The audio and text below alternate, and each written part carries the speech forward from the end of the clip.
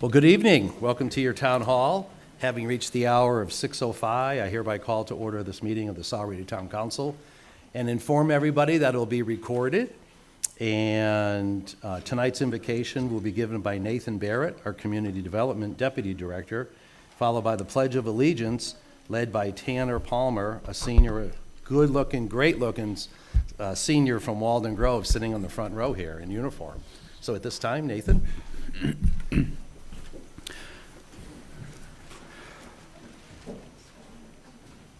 Our dear Heavenly Father, we thank Thee for this day and for the good we've been able to accomplish in it so far. We thank Thee for the opportunities we have to serve our community and make it a wonderful place for all of our residents. We thank Thee for our town council who give of themselves to the building of our community. We thank Thee for Thy Spirit, which guides and directs our town leaders in helping them to make wise and judicious decisions. We ask Thee at this time to bestow Thy Spirit upon these council chambers. May it fill our hearts and help us hear one another and understand one another. We ask that Thy Spirit guide our council this evening throughout their proceedings. Finally, Lord, we give thanks to this country we live in and the freedoms we enjoy. We give thanks for the men and women at all levels of government who protect us and shield us from threats to our safety and liberty. Please watch over them and protect them as they protect us. We give these thanks and ask these blessings, Lord, with humble hearts in the name of Thy Son, Jesus Christ. Amen. Amen. Thank you, Nathan. Go to the podium.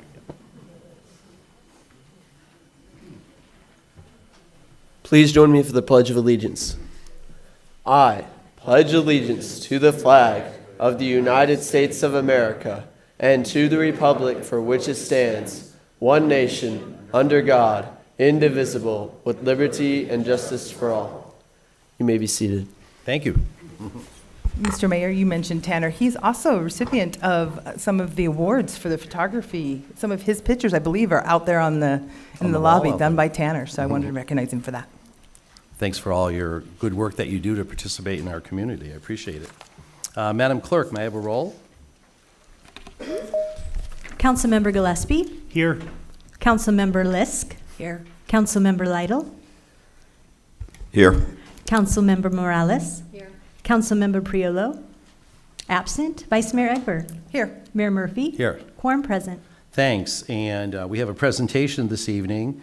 Dan Cady, employer of the Guard and Reserve ESGR representative, who will be presenting an ESGR Patriot Award to Sergeant Douglas Higgins. If he would come join us is Doug Higgins here? Oh, there you are.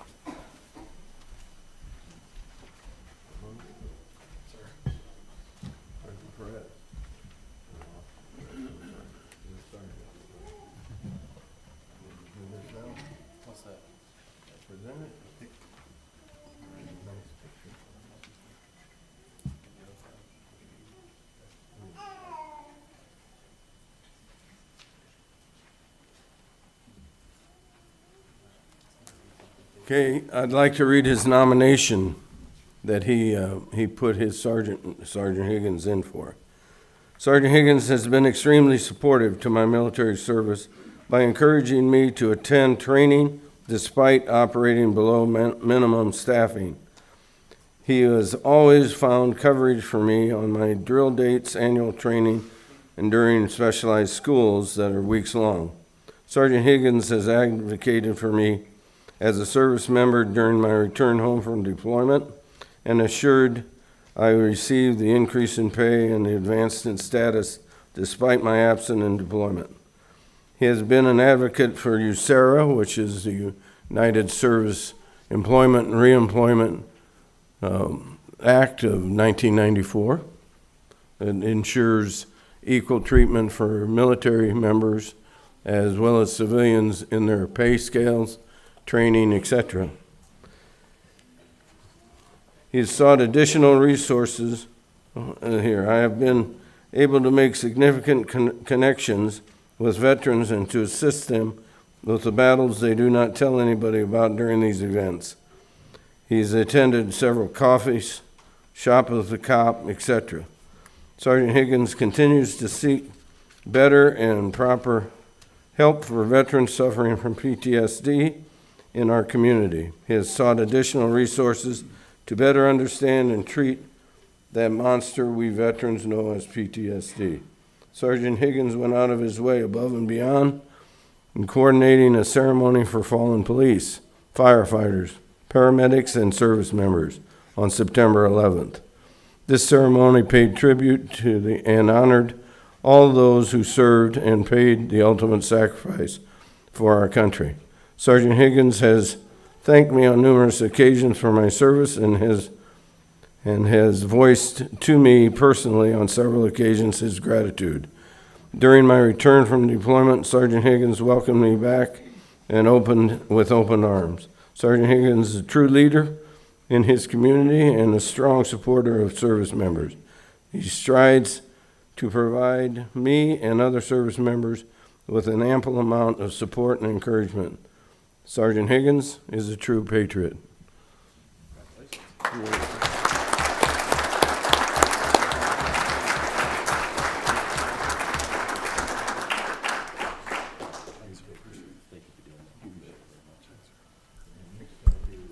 I thought that was our only presentation, but Mr. Venters told me there was a couple of more associated with that, and I think it's an appropriate time. I saw a few veterans out here with their hats on, so thanks for your service as well.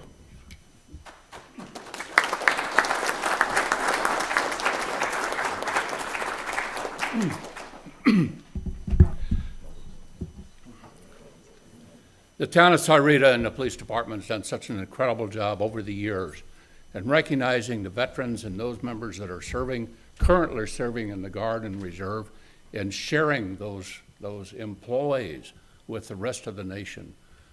So, you know, we're indebted to the town and the police department, all of you, to do that. So we have 2 other awards that is a small token of thanks for what they are. The first is called the Seven Seals Award, and it's the Seven Seals is the broadest and most inclusive award that ESGR has presented at the discretion of the state chair and by senior leadership. The Seven Seals Award is presented in recognition of significant individual or organizational achievements, initiatives, and supports and promotes the ESGR mission. So thank you for that.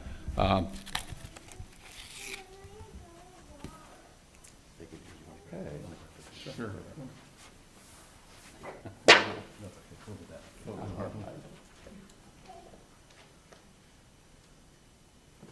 All right. And the next award is called the Above and Beyond. The Above and Beyond Award similarly recognizes organizations that go above and beyond. Dan talked about in the earlier presentation about meeting the requirements of USERRA, the Uniformed Services Employment Reemployment Act, but to go above and beyond that, and certainly you have in all aspects, with allowing people to go away easy and bring them back and pay. And over the years, I've been here before, you know, in recognizing some of those things over the past 20 years. So it becomes time to present you with the Above and Beyond Award. But I want to quote again some of the things that Officer Perez had to say. He said, the Sahuarita Police Department always tries to recognize all of our valued employees. This past September 11th, the police department partnered with the Santa Rita Fire Department to host a ceremony honoring the following fallen police, fire, and military as a result of that tragic accident. The Sahuarita Police Department honors its veterans via email, phone, and in person during all veteran-related holidays. On major holidays, the Sahuarita Police Department in the town of Sahuarita has coordinated catering for all of its members and placed hundreds of flags along the road in recognition of those who proudly served and have served. And I drive down that Sahuarita Boulevard and see those flags, and it makes my heart go pitter. So thank you for that. And on behalf of the Secretary of Defense, and he is just getting used to this. Yeah. So thank you. So the Above and Beyond Award to the town of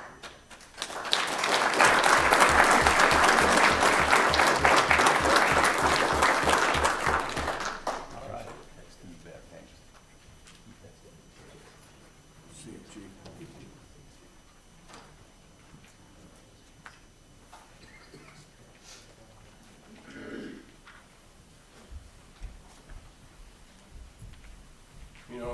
may be out of line, but ESGR being a DOD volunteer-only program, we're always looking for employers that have Guard and Reserve members working for them, that we can help, that we can promote, and that we can brief on the law and how the law applies, whether you have one employee or 10,000.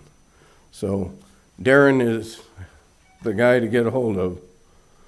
So if you need anything, if you're an employer with service members, let us know. Thank you. Thank you, Dan. Thanks, Tom.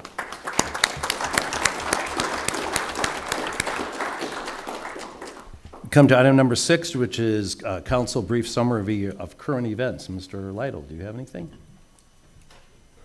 Nothing. Debbie? Kim? I have one. Yep.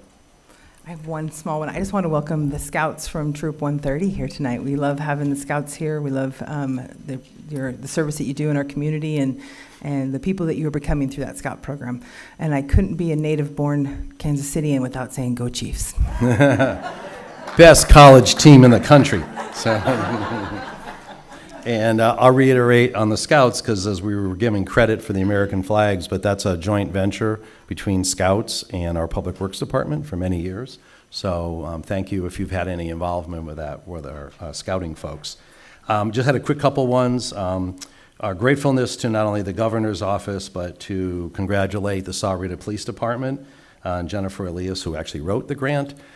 Just a few days ago, we were presented $810,000 from the Governor's SAFE Grant, which is a fentanyl reduction program, to hire 3 police officers and their fully outfitted police car, all electronics, and those go for north of $100,000 apiece once they're outfitted. So that was kudos to Jennifer and the PD for reaching out and getting that grant. Also, on Saturday, appreciation from the Santa Cruz Car Nuts. We had our big car show out at Quail Creek Veterans Memorial Park, over 300 cars. And if you don't know about that event, they charge a small admission fee, but basically they collect all this money so they can give it back to our JTED program, Joint Technical Education, mostly for the automotive program, to have promote technology education. So it's been a great partnership over the last 3 years, and had a lot of nice feedback that they were appreciative of that partnership with our Park and Rec department. And I was gone visiting my daughter in Okinawa, but I heard a lot of nice feedback with Park and Rec about art at the lake when I was gone, so kudos for them. So those are a lot of nice things, that are happening in the town of Sahuarita. Our next, as a reminder, our next scheduled meeting is Monday, February 24th, but we'll be having a budget planning retreat for the council on February 5th and 6th, so please make note of that. Next, we move to call to the public. At this time, the call to the public is now open. Individuals may speak for 3 minutes, spokespersons for 10. The council cannot discuss matters not on the agenda. However, at the end of the agenda of call to the public, council members may respond to concerns, criticisms, request staff to review the issue, or add the topic to a future agenda. So I have a bunch of call to the public cards, but I'm assuming those are all for item number 10. So if anybody out there would like to address the council on not item 10 or anything else on the agenda, this would be the time to do that. Seeing no movement, I will close the call to the public and move to item number 8, the consent agenda. I'll entertain a motion at this time. So moved. Having been moved and seconded, all in favor signify by aye. Aye. Aye. Any opposed? Aye. Motion carries. Madam Clerk, item number 9.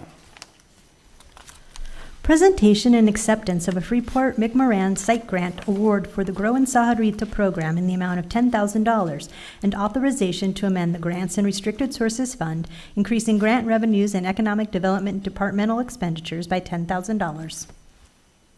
Thank you. And Mr. Gonzalez, Victor Gonzalez, our Economic Development and Public Affairs Director, will present this item. Good evening, Victor.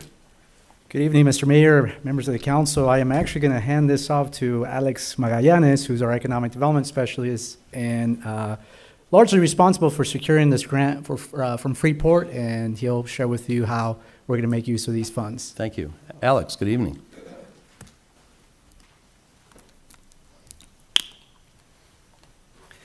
Good evening, Mayor, council members, and everyone here attending. Alex Magallanes, Economic Development Specialist for the town of Sahuarita. I'm very pleased to be here. And so today I want to report of all the good things that happened with the Grow in Sahuarita program during 2024, and very exciting things. And so, so let's get started. Just to give you a context, also for those who are viewing on YouTube, on live right now, and those of you who may not heard of the program started actually in February 2023. And when we started with the program, we realized that there was opportunities in our community. And so we did the homework of digging, right, some data, some stats, and came to find out that 20% of small businesses that are started in the United States, they don't make it past the first year. And out of those 80% that are remaining, 50% won't exist after 5 years. And it just keeps getting smaller and smaller. Those that are past the 5-year mark, 10%, only 75%, 25% will remain, 75% will fail. And so that really, it's a problematic in our small business community. Just in Arizona alone, 63% of small businesses fail within the first year, and due to the lack of business education. And so when we saw that there's a problematic, but there also that presents an opportunity, that's why the program was created. And so during 2024, we gave ourselves the hard work of continue fine-tuning the program and giving the best that we can for our small business community. And one of the things I'm very proud of also as a Sahuarita resident, and just like in the words of Mayor, is that we are really friendly to small businesses and we are open for business, most definitely. So with that being said, we found out that, and as you probably know, 64% of jobs are actually created by small businesses. And so I'm a true believer, and as a small business owner myself as well, that small businesses are really the backbone of our economy in the United States. And so, so we identify areas of opportunity, which is planning, management skills, cash flow, and marketing.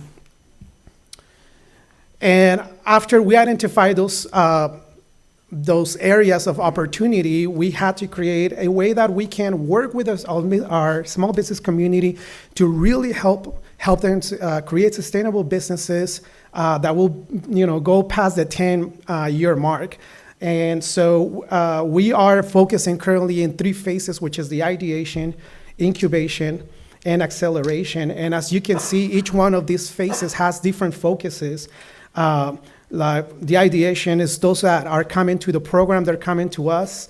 My colleague, Hillary, who will be here speaking shortly, they come to us with their ideas, right? And sometimes they don't even know where to get started. And I love having those kind of conversations in our community. Week by week, we get those phone calls, we get those inquiries via email. Hey, I'm interested in the program. I need to get started, have an idea. And we have so much talent just in our community, and it's something that we should be very proud of, that we have a lot of talent, we have a lot of creativity, people just starting businesses. Well, one of the things we found out is 73% of our businesses are actually home-based. And so what happens there? Well, that speaks a couple of things. Number one is that there's people who are, I have talent, I have a computer, right? I have access to the internet, and they get started with a business. But it also speaks that they may be isolated. And so we don't want those businesses to fail because when they're just home-based, right? And they don't know where to go when they feel stuck in their business.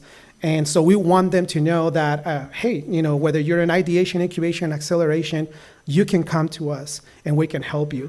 And as you can see, the bottom of each of these phases, we focus also on that real connection and relationship, which is giving them just encouragement, having that connection with not only with us, the coaches, or economic developers, but also a connection with stakeholders such as the Green Valley Sahuarita Chamber and other resources that are really available, such as the Small Business Development Center, SCORE, and for those who need access to capital, we help them get ready for that, to get access to capital. And so we work with them identifying which phases they're in, and then help them grow from one phase to another. And many of our clients, they're sometimes in between the ideation and incubation, and they're growing, and we're very happy about that, and we'll give you some numbers here. With that being said, I wanna actually invite my colleague Hillary, because there are programs, we get asked actually, what makes you different? What makes you different? Why not send, what makes you different from this SBDC, right? And collectively, we found out we have together over 40 years of experience and business ownership. So Hillary is a former business owner. I'm an existing business owner as well. And so, and I want to give the platform to Hillary to speak a little bit of on what makes us different.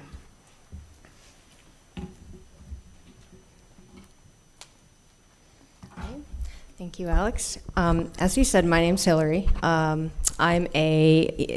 and I are both coaches for the Grow in Sahuarita program. And I just wanted to briefly kind of come up and share my perspective, because I'm not just a coach, but I've been a business owner. I was a business owner for 10 years, and then I got out of that one, and now I'm one again with a different business. And I have a passion for small businesses, and I have a passion for coaching. And one of the reasons is because I've been there, and I feel the pain and the pressures from all sides that you feel as a small business owner. So one of the reasons this program was started was because small business owners really need an advocate. I mean, there's programs out there and things like that. There's SCORE and there's SBDC and things like that. But coaching is a little different in that it's you come alongside the business owner, and you really walk with them, and you give them the help they need, and you take them through processes like Alex was mentioning, marketing and financial processes and things like that. But you're right there with them the whole time, and you're an advocate. You're not just giving them information. You're an advocate. So that's what makes the GIS program different. Is other municipalities will refer their business owners to different organizations and things like that. But in the Grow in Sahuarita program, we actually are coaching them. So we actually take them through the processes. We basically are, kind of holding their hand through that. And that's really what they need, especially in this community where there's a lot of brand new businesses, a lot of startups, things like that, and people just don't have the know-how. So that is what makes the program different, and I am really passionate about it, and I'm very proud to be a coach for the program. So thank you so much. Thanks, Hillary. And thank you, Hillary. And so I also want to take the opportunity that we have some youth in the house. If you have an idea, this program is also open for youth. We want to really help you get running with that idea, and hopefully we get to retain talent. So just a shameless plug in there real quick. Resources or resource partners, as I mentioned, we have connected with obviously local stakeholders. We also connect with the SBDC, with Pima Community College. We have connected actually a few of our clients who are looking for apprentices. We connect with Pima Community College. They have a wonderful apprenticeship program. We have connected, including Power Photonics, who are at Samtec, ATAC, who are all at Samtec as well. And so that just goes to say that we really help the micro entrepreneur as well as the middle or middle-sized entrepreneur.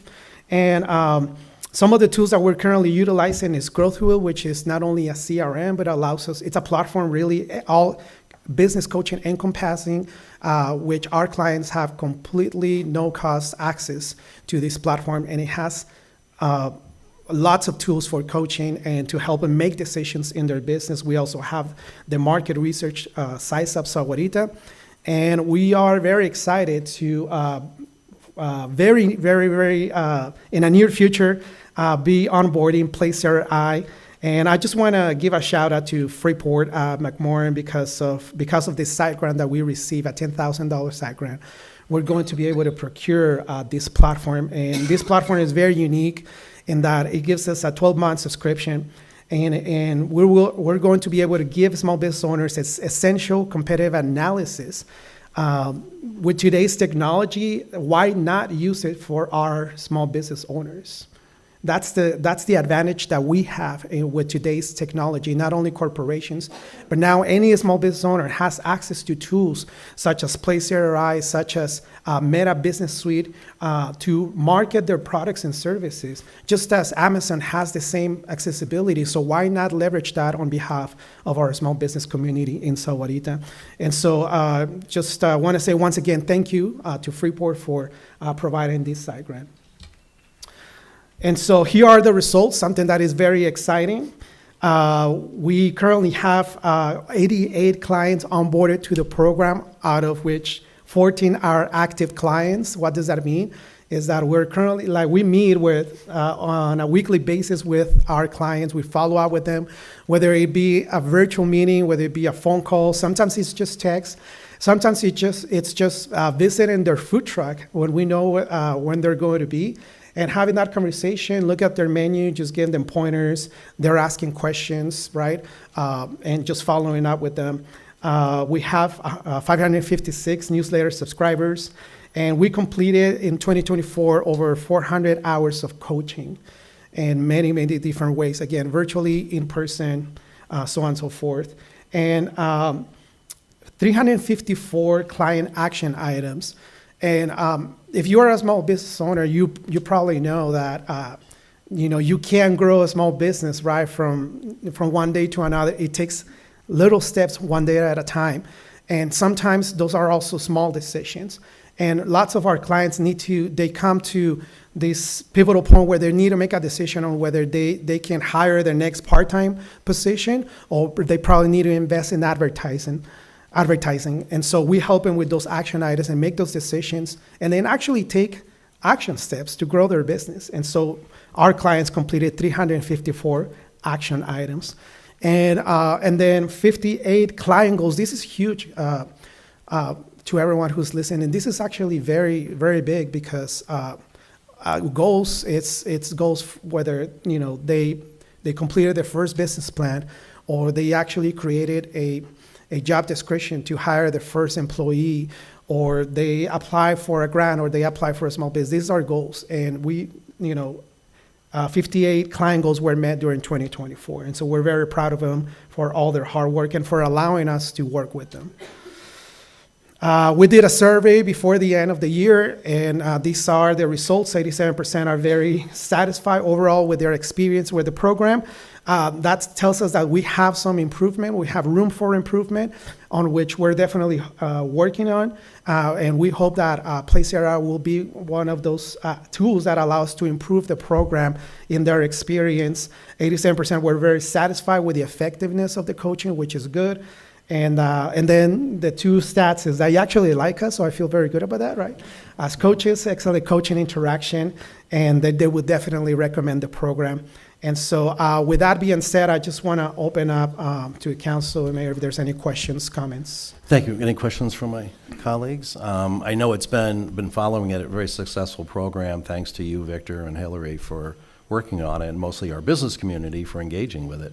So, and most importantly, just like the governor's office helping our PD, really thanks to Freeport McMoran. Absolutely. For helping with that funding, which has been a great partner of ours for as long as I've lived here, which is over 20 years. So really appreciate all the effort. Awesome. Well, Thank you. Thank you so much. Thank you.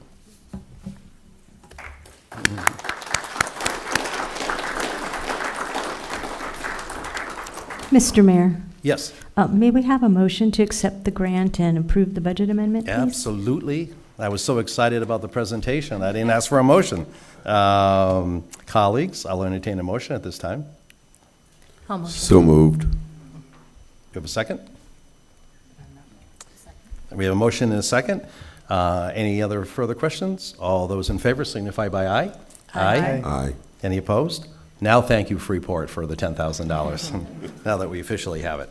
Madam Clerk, item number 10.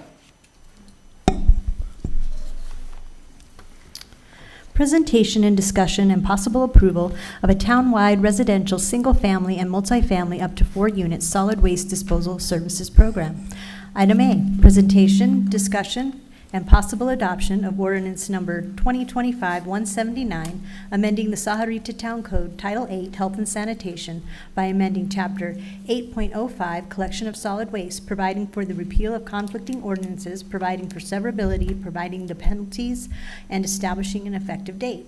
Item B, discussion and possible approval of contract number 25001 with Waste Connections of Arizona for townwide solid waste collection services in an amount not to exceed $27 million, commencing January 27th, 2025, and terminating June 30th, 2032. Thank you. And as witnessed by my stack of Call to the Public cards, we've been working on this for a long time. The genesis of it was years ago from the road, street maintenance portion of it. We don't get reimbursed anything near what we need to keep up our roads in good condition because the state gas tax hasn't been adjusted, and I think it's about 30 years. So that's what started us on this journey.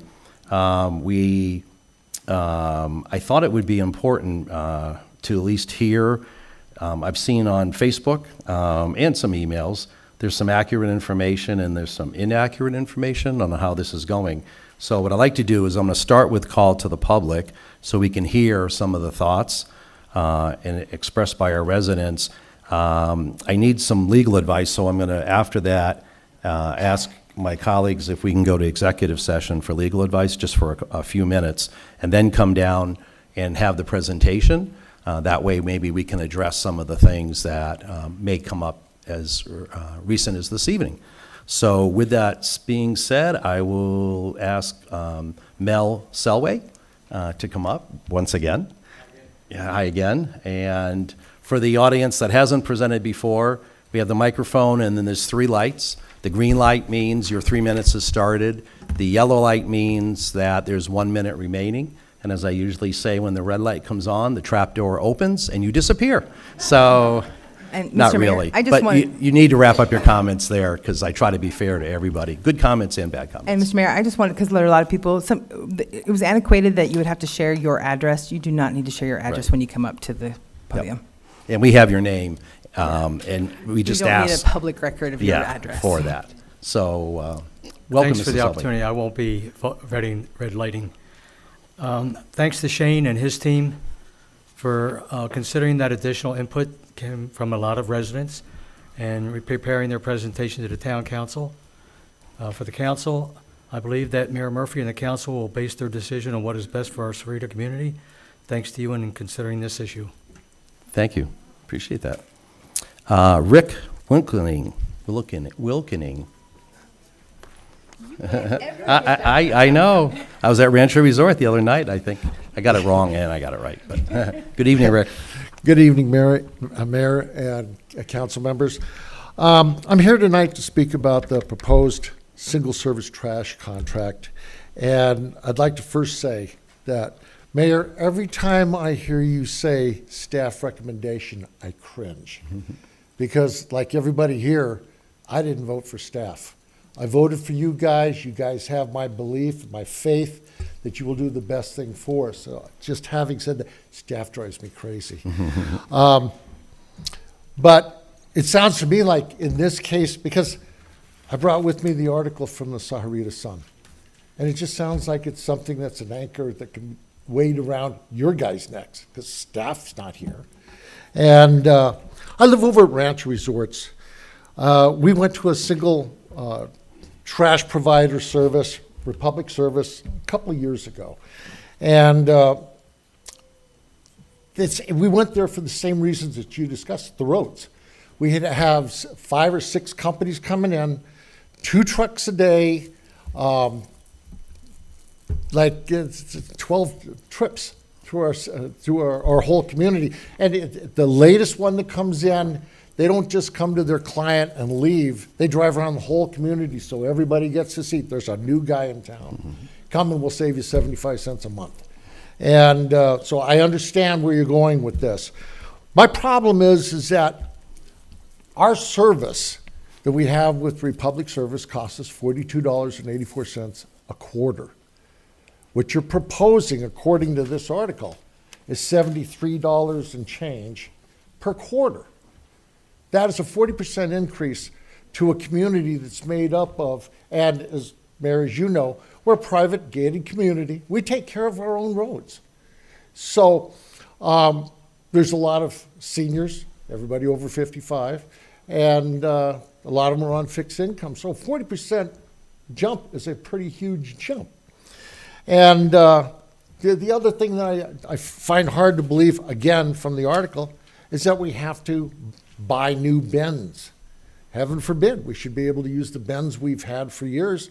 When we went to the Republic Service, I still got to use my Sagaro trash services bins from 10 years ago, and I still have them. So it makes no sense to me that we'd have to buy new bins if we have perfectly good ones. And if we have to, what's going to happen when I go to Republic Service and says, I'm ending my contract with you guys, you have to come out and pick up your stuff? They're going to charge me. Nobody wants to get thrown out of town with nothing in their pocket. They're going to come after us and want some money for the bins that we've been using for years.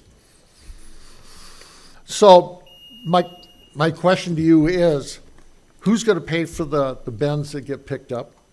And another quick question is that because we're a gated community, fixed income, 55 and over, and we have 500 homes in our community, again, according to the article, shouldn't we be exempt? Just thought I'd leave that on you. Thanks, Rick. All right, thank Appreciate you. it. Terry, well, it looks like TJ ADN. Okay, sorry. Oh, Terry Jaden? There you go. I don't think I've experienced. Some of those questions. First of all, thanks to the mayor and council for making this forum available. And I'm not a public speaker, or do I hold elected office? So it's these are kind of off the top of my head. I think I have the same concerns. I happen to be a waste management customer, and our service, my current service, is cheaper than what this would be. And so it's like, okay, why cannot the town, with all of its purchasing power, not end up with a cheaper price than what I currently pay? And then I also have the concern of if I cancel the contract, Waste Management's going to charge me $75 to come pick up the container I have. The container I have is somewhat larger than my previous supplier. So how does that compare to what we're going to have as a size of container? And part of this is, when the Green Valley newspaper is kind of your choice of where you get information, it's like, I don't know how much of this is really accurate or not. And then the administrative fee. Now, I'm not real sure what's in the administrative fee. But it's about 20% of the costs, and over a period of time, that's $5 million. So where's that $5 million? What's it being used for? I mean, I realize you have to have somebody to staff a phone for people calling in with questions or something, but that hit me as being a tad high. Size of container, one of the other things commented was people had to sign up for this. There was no opt-out option. I guess I have a little tough problem with that. Why can't people choose their own provider? I mean, I understand the road thing and so on and so forth, but if you're forcing me to pay more, forcing me to pay for getting my container picked up, and I don't even have the choice of whether or not I can do that. And that just kind of, it seems like a little bit of a big brother approach, I guess, is the way to say that. And last but not least, Waste Connections, if I understand, is a company that's been bought and sold and bought. Their previous companies have been merged together from a variety of previous companies, which is fine. That happens all the time. But 7 years, if this company has a really poor service record after one, we've got 6 more years to deal with them. Why not a pay for performance where If you do well your first year, we'll renew it. If you don't, we're getting somebody else.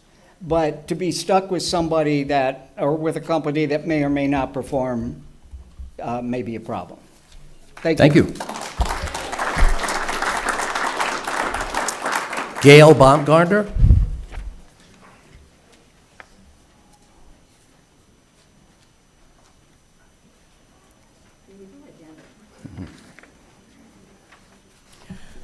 Mayor, council, thank you for recognizing me. I can't believe I'm up here again. Anyway, I'm kind of on the fence with this one, so I just want to kind of share some thoughts. I think there's a lot of good reasons behind going to a single server from the roads. The number of trucks, the emissions with all these different trucks constantly, it would definitely be to our advantage. The part of it I don't like is kind of the strong-handed approach of the way it's been sort of shoved down our throats. We were, you know that there's been a lot of conversation on the Rancho pages, on Facebook and stuff, and there's mixed feelings. Some people are very pro, some people are very against. But at the end of the day, we don't have any say in who is chosen, how much we're going to pay, any voice in the negotiations. And that's the part that I think is an issue because we're the ones paying the bill. A couple other good points have been brought up about the bins that we currently have. We're going to get charged to have those picked up. Then we're going to be paying for brand new bins. Maybe if we have to go this approach, there should be some kind of compromise where we continue to use the bins we have and maybe the town can reimburse Republic or Waste Management or whomever bins we're using right now, rather than all this waste. I mean, that to me is very wasteful, for lack of a better term. So I would like to, I know you're supposed to be talking about going to a vote. I think there should be more input from the community, the people that are going to be the users and the ones footing this bill, rather than just saying, here it is, you're stuck with it. Thank you. Carl Larson?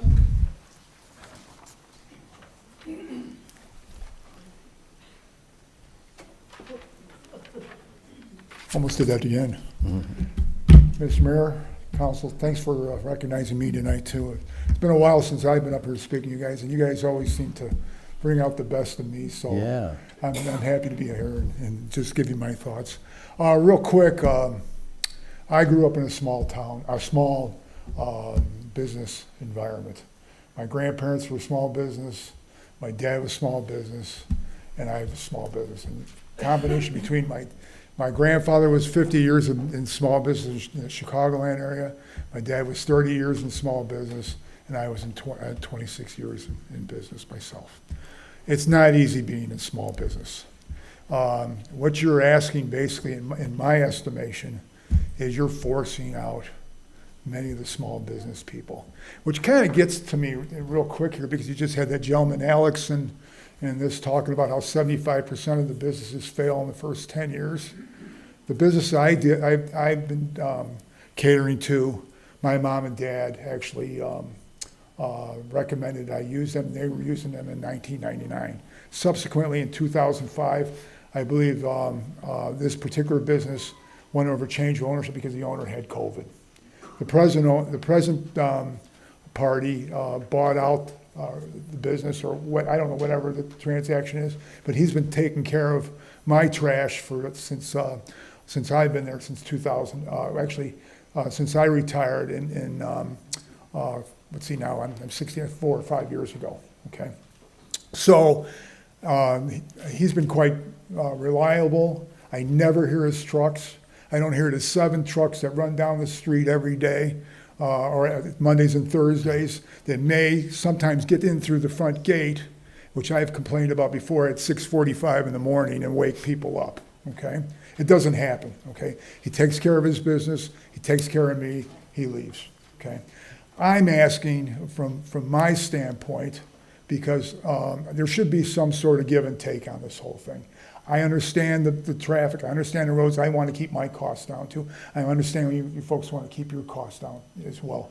But I don't see why I should have to go ahead and change, okay? Because of the fact that because we got now 5,000 new homes in Quail Creek or whatever the case may be. All right, they're causing more trucks to be into that area.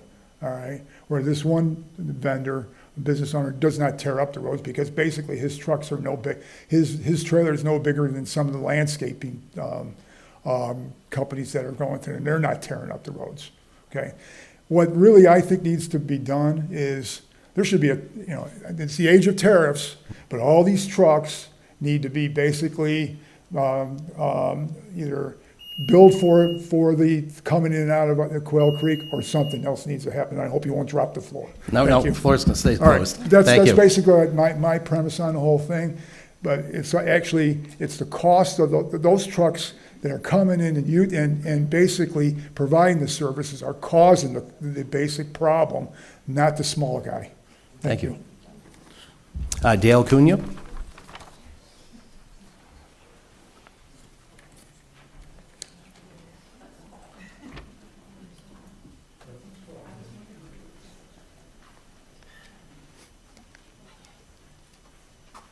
Hello. Good evening.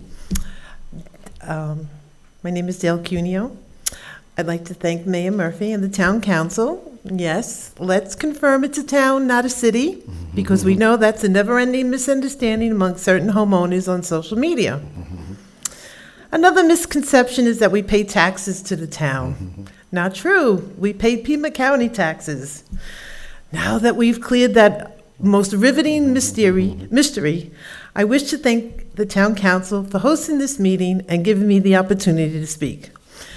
Let me begin by stating I truly appreciate the tireless work the mayor and the council put into keeping our town safe, functional, and sustainable. Your recent handling of the Vulcan proposal was a big win. With that said, I'm sure you face heaps of unsubstantiated criticism and finger pointing at every turn. It must be exhausting to be blamed for everything from potholes to the phases of the moon. So, brings us to social media. That's the gift that keeps on giving. False and widely inaccurate information being spread around does wonders for our community, doesn't it? It says nothing says neighborly love like fueling division, sowing mistrust, and tossing a little extra animosity towards our town council. Can you tell I'm from New York? The latest gem on social media? Apparently the council is punishing the community for not voting in favor of the Prop 403 by proposing a community-wide one trash initiative. Yes, because clearly the council's master plan is all about a revenge trash collection. And here's another crowd favorite. The claim that the Prop 403 was supposed to pay for road improvements across Sahuarita. Spoiler alert, that's a hard no. The actual proposition didn't include a dime for road upgrades, but why face the facts and get in the way of a good conspiracy? So anyone clinging to those ideas, maybe double check your sources before hitting post. Just a thought. As far as the trash initiative, I have 3 concerns. The choice of trash company, which we already spoke about, has a less than stellar reputation. The fee homeowners will incur when canceling their current providers. And the non-opt-out option. I believe folks should be given the option of opting out, but not to choose another major company. Not everyone uses a trash collector. With that said, I believe the current illegal dumping fine should be increased significantly. Thank you again, and thank you for your dedication. Appreciate it. Doug Howerton?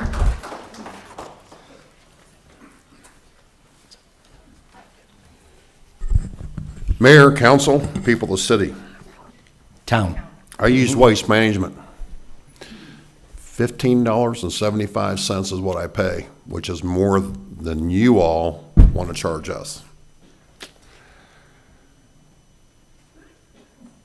Another thing, I believe this should have been on a citywide vote in November, instead of you basically trying to tell us this is what you want to do without giving us a choice of all the information of how much the cans are going to cost. Everything, what everything is going to cost. You have given us basically nothing about this at all, and what it's going to cost everybody to have their cans picked up. If it would have come to a vote, it probably would have come to the same vote as Proposition 403, and that would have been a no.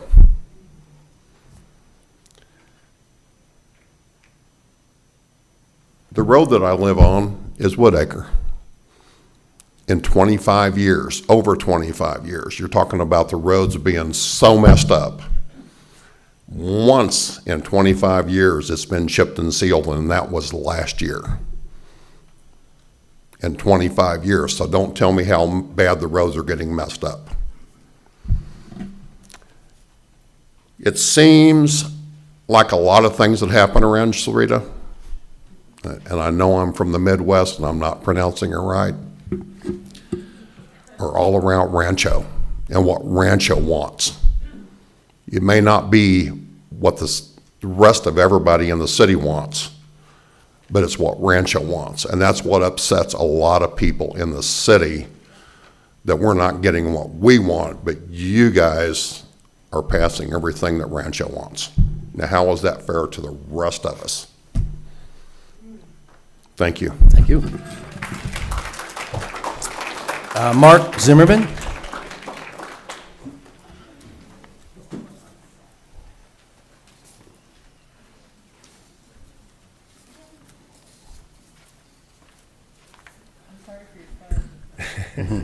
I'm sorry for my foot, too. Yeah, thank you. Honorable Mayor Murphy and council members, thank you for the call to the public tonight. My name is Mark Zimmerman. I am a resident of Sahuarita and more specifically Quail Creek. You know, there's been a lot said. I agree with a lot what my brother Carl said when he came up here a little earlier. I'm wondering why we're picking and choosing winners and losers as far as companies are concerned. I believe strongly in the free market. The free market can weed good providers out and bad ones out. I have the ability as a customer, if I'm not happy with a vendor or I can call them up, I can complain, I can discontinue their service. I'm not happy with their price, I can call their customer retention department and I can negotiate a new price. All of these things I can do. I don't need you guys to do them for me. And unfortunately, the large companies, the national companies that are coming in here, you know, they have a lot of resources and they're able to generally bid those large contracts and be successful with them. And it really puts small businesses, small operators at risk. So I'm against this on the fact that I think this is not your guys' job to do. If you wanted to have a municipal waste department, you could have done that years ago and put one in, but you didn't do that. And now you want to go out and pick a company. So if you're going to continue on this course of you know, going this way, I will just say this: I am paying $60.95 a quarter, which comes out to about $20 a month. And in the Green Valley News, your council, what was he here? Consulting firm guy, Jack Simmons, had said, and the Green Valley News parting quotes of it, Simmons told the council that the current monthly cost per Sahuarita household runs from $34 to $61 a month. Nobody's paying that. Yeah, and so this is wrong. I don't know if he quoted it wrong or the newspaper got it wrong, but I've talked to multiple people in my community. Nobody is paying near those kind of prices. And if you ask me, with putting out this contract with a large company and them getting all of this extra added new business for 7 years, plus they get a 5% annual escalator every year tied to CPI, they should be coming in head and shoulders a lot lower than what they're coming in if you really must go down that road. So I would just say, throw the bids out, stay with what you got, let people deal with the companies on their own, get their own pricing. If you're worried about roads, register heavy vehicles and get a wheel tax going. That's all I got to say. Thank you. Thanks. Noah Sundberg?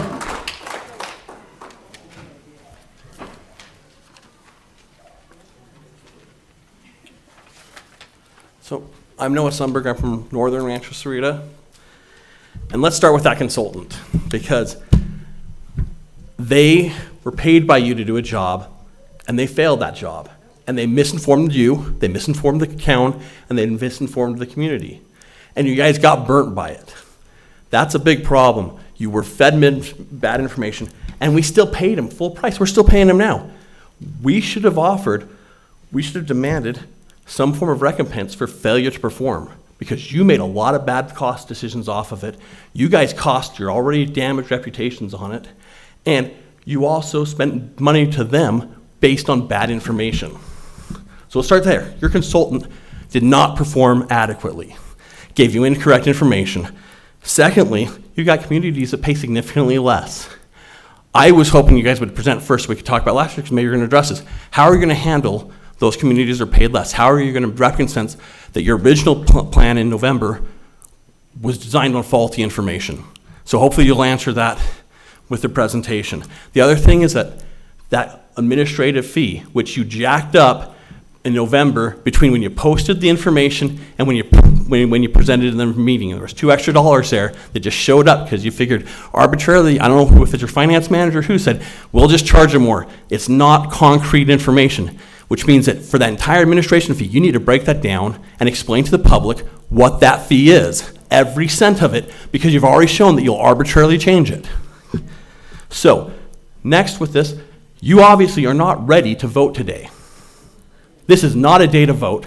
You haven't given us information. On Wednesday when the paper published it, we couldn't get the information from your site. When I tried before this meeting, there was no agenda package I could see. We haven't seen the information. We deserve transparency. We deserve to know what's going on before you take a vote so we can make a decision and see how it affects us and how it affects our town. Because we are the people you're supposed to represent. I do believe in representative government, and you should make the votes, make decisions. The state law allows you to, but it should be informed, and the public should be able to be informed and respond to it, which you have not given us the right to do at this point. So the idea you guys are considering a vote quickly should be dismissed and say, let's do this later. There's enough information and enough concern about this. This should be postponed until people have the opportunity to fully understand what they're accepting. And I worry about the CPI changes and how those will affect, and will those go down if inflation goes down? How is that full structure? How much can it jump up in one time? Because you promised people, well, we're going to charge them more, and we're going to charge you to get your things back, and we're going to give you an undetermined amount of money we can continually charge you for the next 7 years. So a lot of that has to be explained, which I hope is explained in this meeting, but so far I don't have that. But main problem is you shouldn't vote today. Your consultant did garbage work, and we paid him full price for it. And you've raised the rate for your administration fee, you haven't explained it, and you've had the opportunity to. So inform the public, vote to postpone, and share the information so we can be an informed public. Thank you. Thanks, Noah. Mario Mendez? And you have very nice writing, thank you. I can read that. Hello, Mayor, council members. Thank you for having me here. I've been a resident of Sahuarita since April of 1999, tax-paying resident. And through all those 26 years, all I keep seeing is my taxes going up, property taxes, everything else. Concerning trash pickup, I've gone to Saguaro, I've gone to RAD, Republic Waste Management, and my last one was Waste Connection. With Waste Management now, I pay $15 a month, $47 every three months. So now I'm getting a raise. From what I see, this is a tax. You are forcing the people to pay something that they may not even be paying. They may take their trash to work. They may have that ability, but you're forcing the whole town to now pay this company, which is higher. And having worked in government, nothing goes down. Eventually, everything's going to go up. this $25 is gonna be $35, or it's gonna be something else. There's always a reason why to raise prices, never want to lower it. So, by us having competition, we can, hey, well, I don't like it, you raise my price, I'll just go to the other person that's gonna offer me the 1-year contract or whatever. And if I don't like them, after that, I can get another one. This way, I'm 6, 7 years stuck with a company that I don't like. I also live on Woodacre. And I've been witness to what has been done on my road. One chip seal, and the other one was a crack seal. But that's about it. Traffic has increased because we had speed bumps put on Santo Tomas, so now everybody, instead of using the speed bumps, they just go down my street, which sometimes I have to get out there and yell at people because they're doing 100 miles an hour down that road. I also read that under Article 9, Section 25, since I said this seems like a tax, and it should be put out to the city to vote for a tax. If you're gonna force us to pay more or to pay something, I mean, I've never paid the city anything here other than my taxes, property taxes or whatever, sales tax.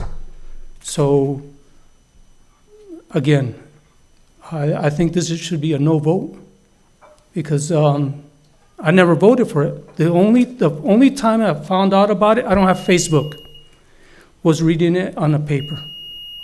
And I think we should be notified of anything that's gonna be taxed. Thank you. Thank you. Betty Immel?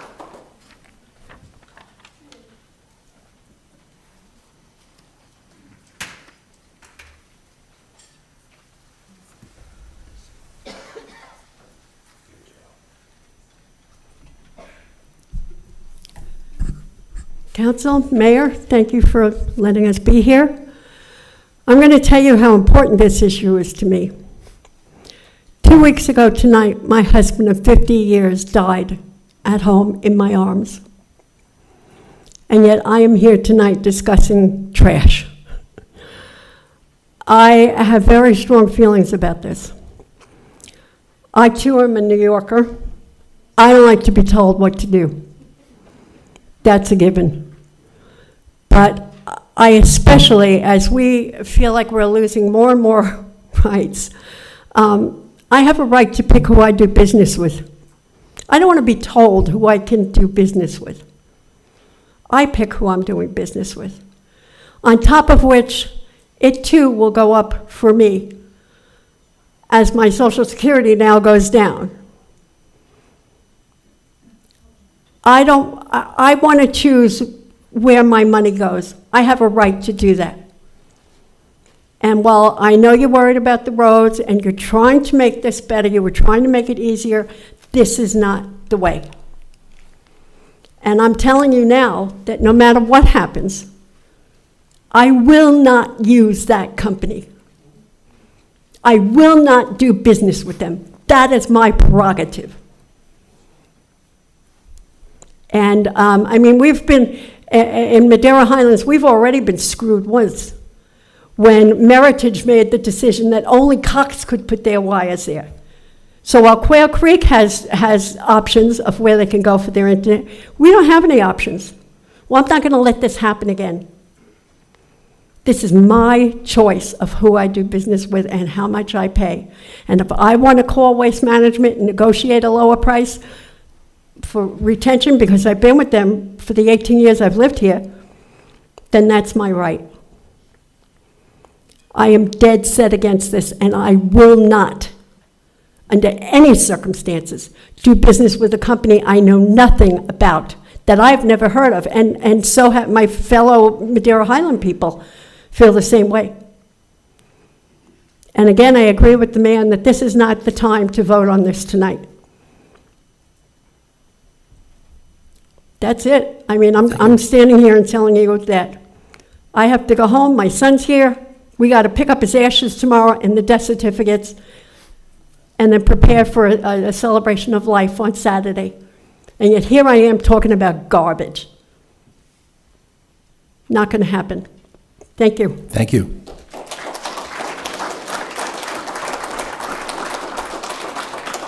Liz Boudreau.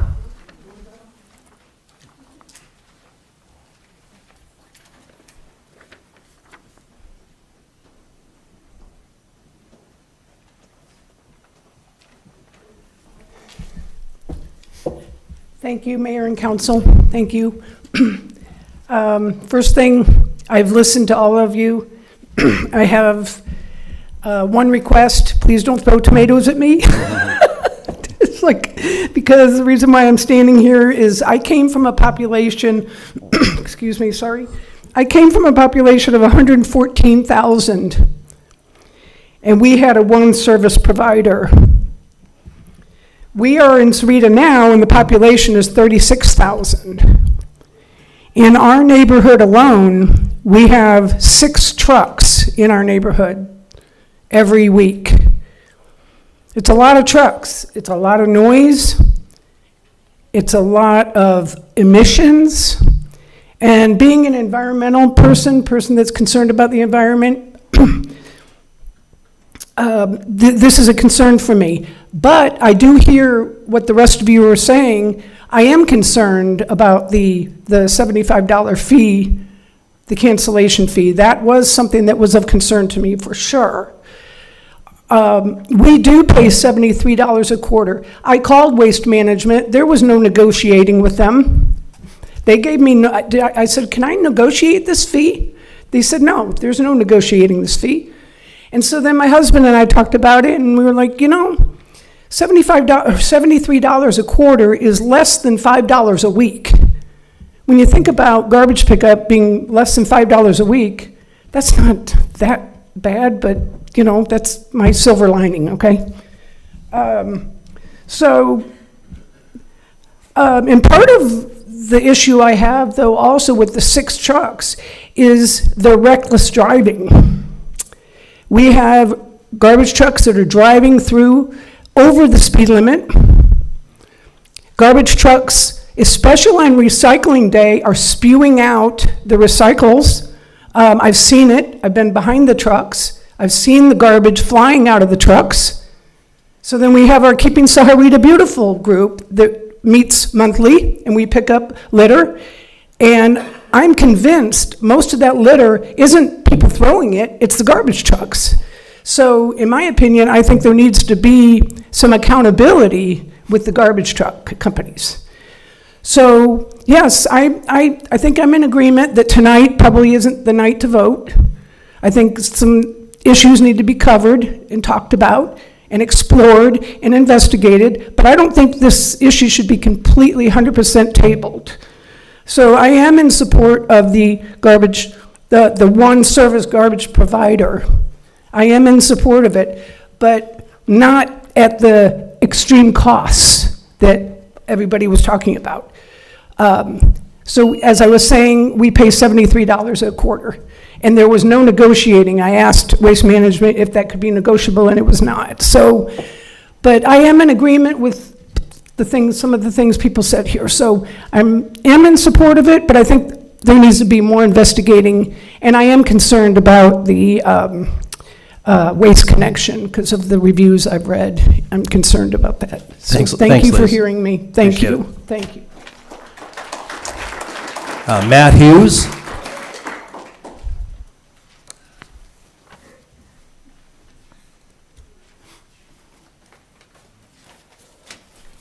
Mayor, Town Council, thank you. There are a couple items on your fact sheet that were on your website that I wanted to address to start things off. And the first one, it mentions safety. And it cites a statistic on there that's a national statistic about accidents with garbage trucks. That statistic has nothing to do with this town. It's a national statistic. It really has no basis on what happens in this town. The second one, it talks about road damage. And I think that's a valid point in maintenance costs. But I think the other side to that is no one's ever talked about the increased semi-traffic they're cutting through to bypass the I-10 and I-19 interchange that come right through Sarita Road. So if we're going to talk about road damage, I think we need to address that too. Also in terms of emissions, like it was mentioned. I have no problem with you guys negotiating a town rate. But if you guys really are negotiating a town rate and it's the best, there's no reason to force it on everybody. If you negotiate a town rate and it's the best one, everyone in the town's going to pick it. There's no reason to kick all the other businesses out. The other thing that you mentioned in the fact was poor customer service. It seems like now our only option for customer service is we're kind of at the mercy of the town to do that for us, and sorry, but no thank you. The other thing I thought was concerning, and it ties into who spoke earlier, was that commercial properties are exempt from this. You mentioned that Surrey is a very friendly place to small businesses, and many of them are home-based. Are home-based businesses going to be forced into this too? Let's see here. I think ultimately, I'm not asking you guys to table this. I think you need to throw this in the trash and never open it up again. We don't want to be told what to do. Let the market decide for itself. And if you guys want to negotiate a town rate, I think that's a great idea, but don't force it on us. Let the other businesses compete. Thank you. Thank you. John Backer.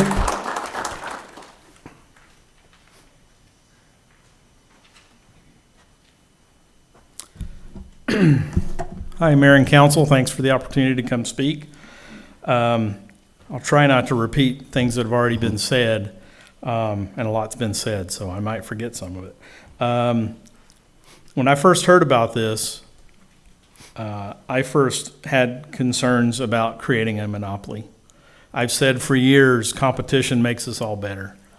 If two or more businesses are competing for the same customers, they're going to work extra hard to keep the price down. They're going to work hard at keeping their customer service up. And, I still think that's largely the case. I do value the push to try to save the roads, because let's face it, those roads come at a cost as well. So even if this service might cost a little more, you might still come out ahead, although it would be difficult to see directly. And at first I wasn't sure how widespread this type of arrangement was, but I did some searching, and I sent a copy of what I found to Mayor and Council.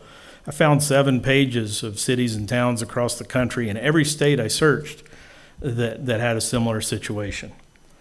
Several years ago, as Betty mentioned before she left, Madera Highlands made a similar situation, as many of you know already from conversations. But the CC&Rs didn't give them the ability to do that, but the builder controls the HOA, so they did what they wanted. The guy that was taking care of my trash was a small provider down in Amato. Really nice guy, small business. I liked supporting him. He wasn't very consistent, and that became a problem. And although the HOA said we had to go with Republic, I tried to go to Waste Management, called Waste Management. Waste Management said, nope, we can't work in that neighborhood. And I explained actually they could. They already had customers there, but couldn't get them to come out. And I switched to Republic. Just late last year, our cost was $44.78 a quarter. They recently raised the rates. Now it's $51.50 a quarter, an increase of $6.72 a quarter. Now, from stuff that's been posted in our Facebook page, and I'm one of the admins for the Madera Highlands page, 2,800 residents.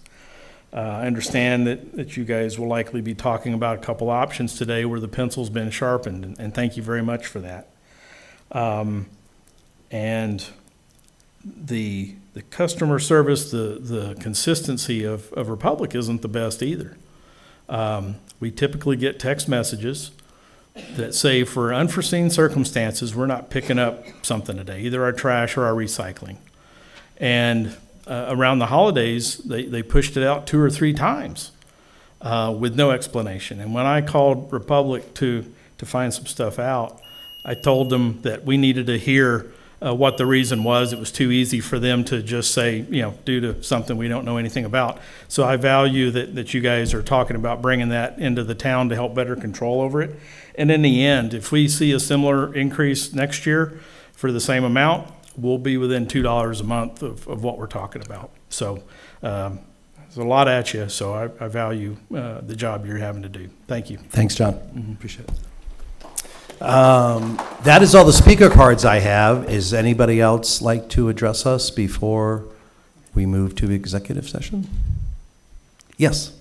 Just make sure you turn in one of these to our town clerk afterwards. Okay. Thanks. I'm helping the scout troop here tonight, and the only thing that I haven't heard said that I think is important to hear is it's those children that will pay for the new roads that the generation that spoke tonight don't want to pay for. And I understand all the reasons why you don't want to pay for it, but I just want to make sure somebody speaks for them, because nobody younger than me has come up here, and they are the ones who will pay for new roads someday. That's it. Thank you. Anybody else like to address the council? Yep.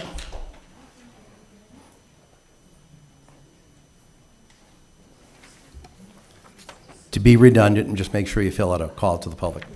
Thanks. Hello, I'm Renee Kibbe, and I am against this because of all the other reasons, but since we're bringing up the kids, I homeschool, and I teach my kids how to recycle, how to be conservative in their consumerism, and how to take care of their trash properly.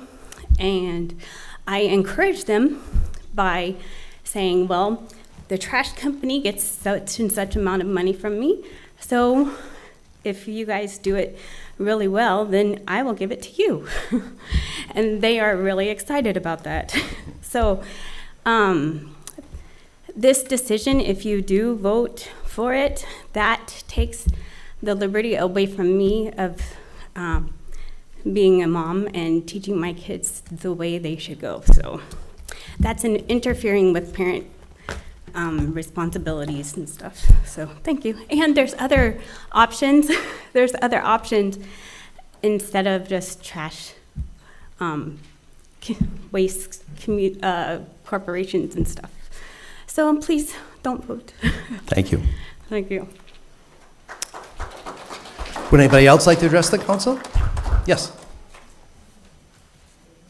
Just make sure you fill out call to the public card afterwards. Mayor, Council, my name's Robert Ortiz, and I'm one of the persons that I guess I was spoken about. I'm one of the small guys. I do run a small garbage business up in Quail Creek specifically, some areas in Madera Highlands, Madera Reserves, along La Cañada. One of the reasons why I wouldn't go for this is because basically I'm getting thrown out, under the bus. Specifically, Quail Creek is one of my biggest routes. I service about 180 people all by myself. Any stuff like that, curbside service, I service them twice a week, Mondays and Thursdays. After my predecessor passed away, it took me a little while to build it up to where it's at right now. And it's all kind of like from scratch. And it's, if this gets passed, then it's basically like I'm left with, maybe just a small route of maybe like 50 people.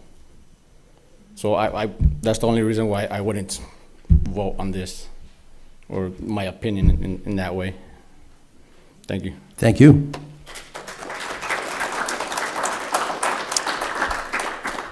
Anybody else like to address the council? Yes.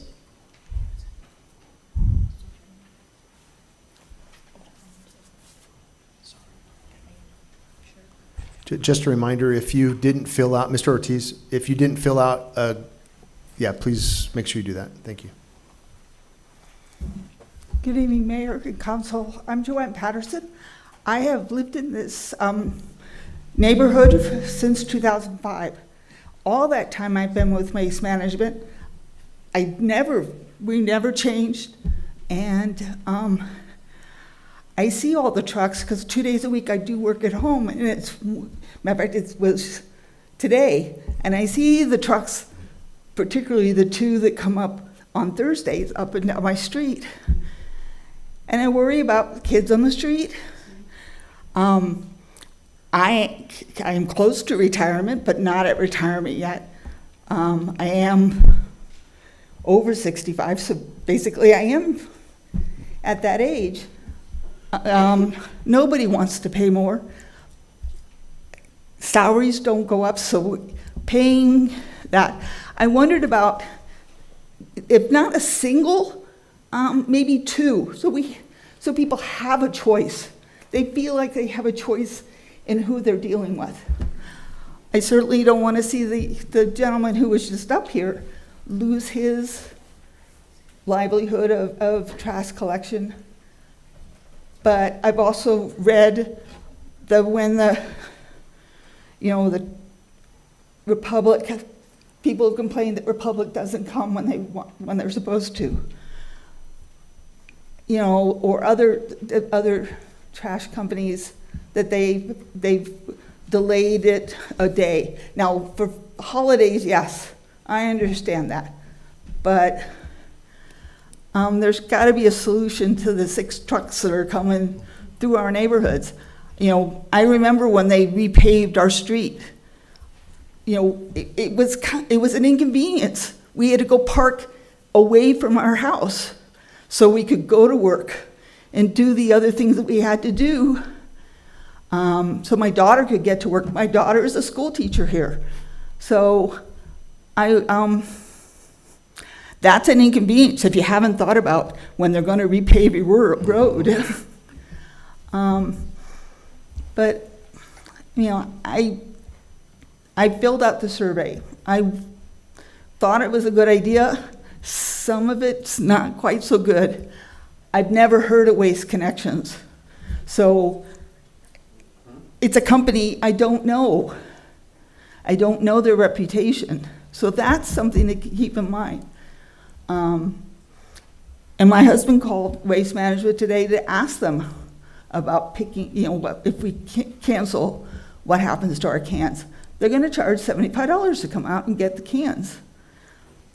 And we're going to have to pay that? That doesn't seem quite fair. So, but thank you for the opportunity to talk. Thank you for coming up. Yes.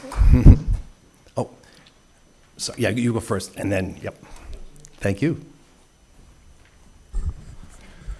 So I've lived in Sarita since 2003 at my current place, and I've gone through a couple of different garbage collection providers. And I think it's a great idea to be able to have competition and choice, because garbage service collection is probably very difficult. They are heavy trucks. They're not the only heavy trucks on the road. There's buses. We do a lot of busing in Sarita. So, and with growth, you're going to get a lot of heavy trucks, running the road. So why blame the garbage, companies for the service they're trying to provide in a competitive environment? So I want competition to continue. I want our younger generation to understand that competition comes with choices, and that some of that choices is how the company operates within the company in a transparent way. Do they have a great safety record? Do they have reliable service? How about encourage these companies to be more competitive by producing some of their information in a more transparent way, and what they're charging their services. I've learned tonight that I'm paying a lot more than I should for waste management. I am not calling up and asking for a better rate, or the time it takes to change and the transaction cost to switch, because of the can and retrieval fee and all the other things. That's part of the gimmick. But as a community, I think there may be some opportunity to provide better service in a competitive way, and maybe the city is not the best vehicle for driving that. But there may be other vehicles for the city to be able to address road issues. and not blame it on the garbage trucks. So that's all I have to say. Thank you. And then as the gentleman in the back, I haven't been seeing his hand, you're on deck. Yes.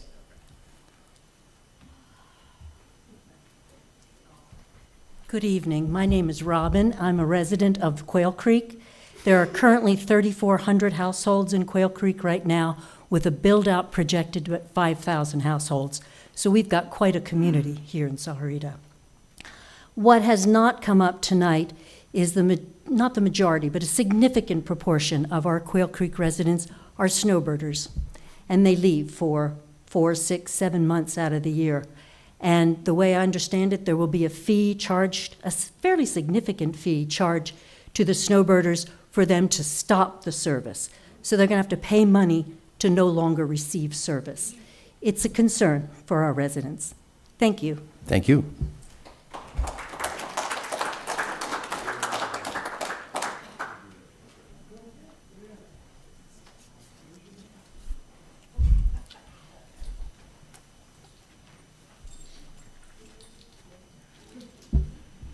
Howdy. Thank you, Mayor. Thank you, Town Council, for having me here. I didn't really want to speak tonight. I was just coming here to listen in.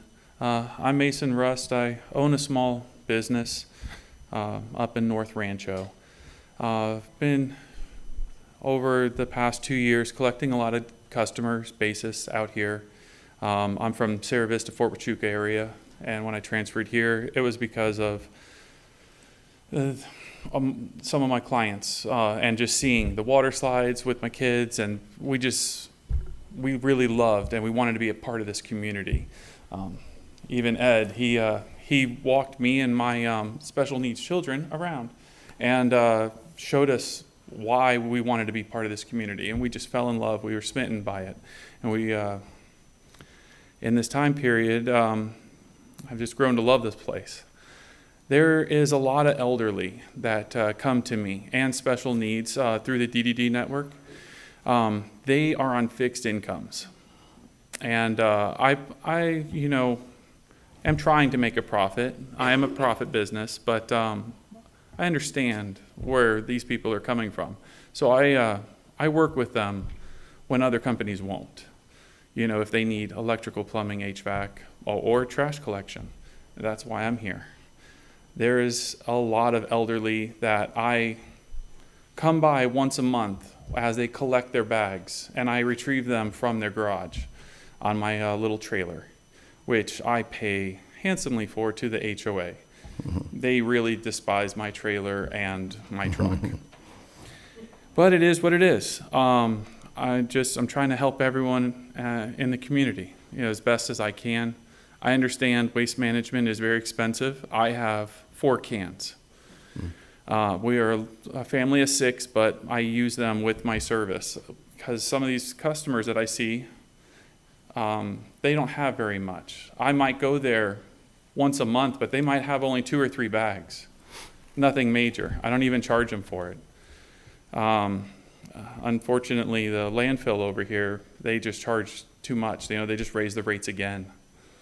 And I never have enough on the trailer. I did twice this month because of Christmas trees. I was very fortunate for that. I was charged only $10 for pickup. But yeah, I think this would adversely affect a lot of fixed incomes. Not just the elderly, but all the special needs with the DDD. They don't get enough. I don't get enough with my kid. And I'm always having to come up with extra money and trying to make ends meet. It's a very hard thing, come up with all these fees. And to make the trash service more expensive, I don't know what 4 cans would cost, but significant. Thank you so much for Thank you, having me. appreciate it.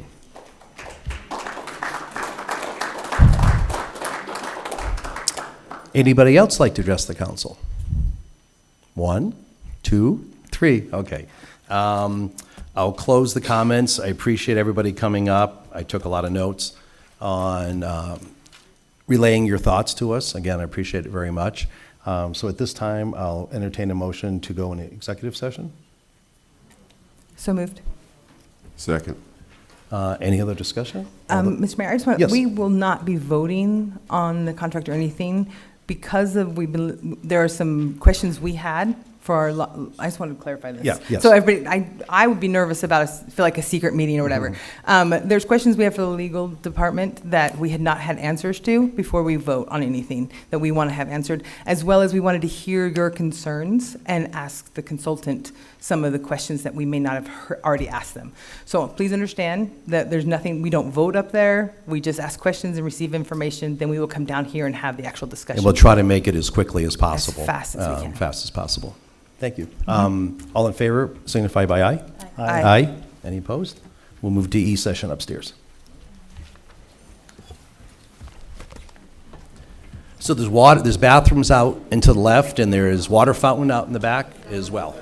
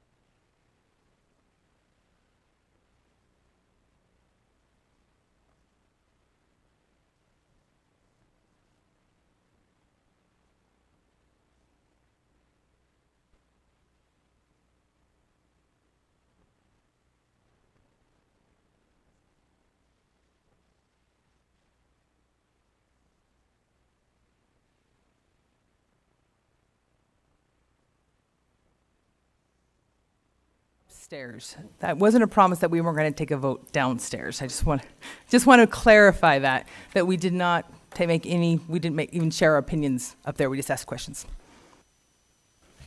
Because legally, we can't upstairs. Yep, we're back to regular session at 8:05. And thanks for your patience.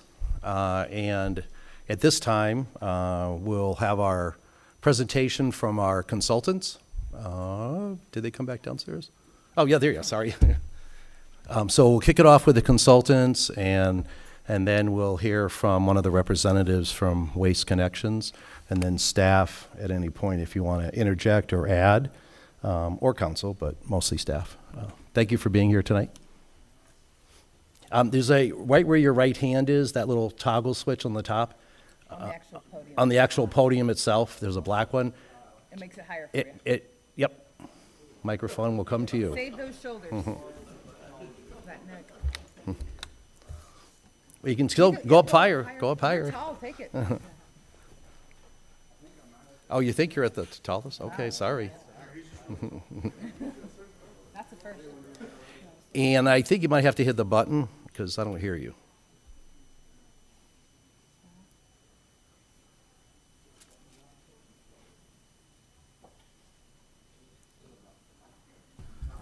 No, Mike's. Oh, I think I hear you now. Hear me now? Okay, Yep. there you go. You hear me now. Great. All right. Thanks for your patience, everyone, and thanks for inviting us here this evening to address council. As everyone knows, the subject is the collection and disposal procurement process that we had. Just taking a brief look at the agenda, we're going to start off with looking at why we're doing this. Why are we looking at going from an open market system to an exclusive town contract? What are the benefits to the town? We'll take a quick look at the ordinance, which is the piece of code that's passed to make this transition. We'll look at a summary of the contract terms. We'll look at updated cost of service and potential customer rates, and then next steps and questions.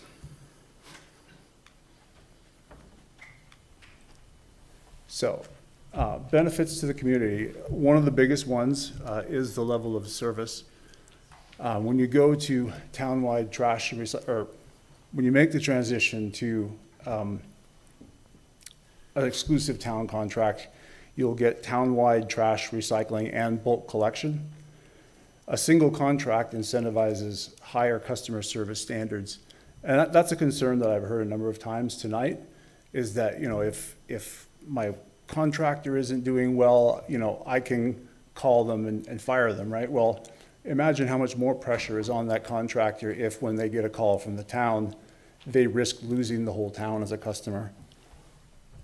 Also, there will be an online portal, staffed call center for resolving customer service issues, increased town responsibility, oversight, and accountability, and increased opportunity for education and outreach. Environmental benefits include increased participation in recycling, reduced illegal dumping, and reduced emissions, traffic, noise, and dust. Aesthetic benefits.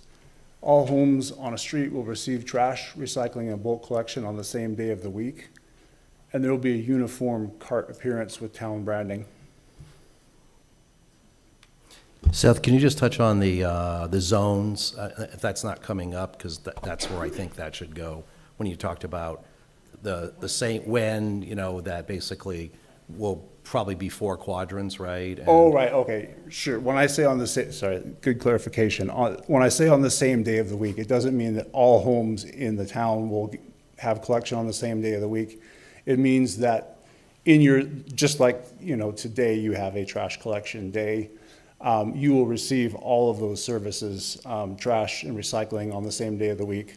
Bulk will also be on the same day of the week, but rather than weekly, it will be 4 times per year. Thanks.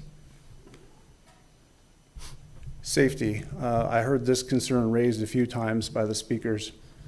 And safety is a very important consideration when you think about an exclusive contract. refuse and recyclable materials collection is one of the deadliest jobs in America, currently ranked 7th. In 2017, there were 2,430 garbage truck crashes, resulting in 1,427 injuries and 107 third-party deaths. Now, as shown on this slide, the waste industry has taken that very seriously, and they've worked hard in recent years to reduce those numbers. You know, with 2022, which is the most recent data that we had, they had reduced that to 83. But that's still 83 too many. You know, affected parties being drivers, passengers, pedestrians, motorcyclists, bicyclists. And having a town contract improves safety by reducing the number of vehicles on the street.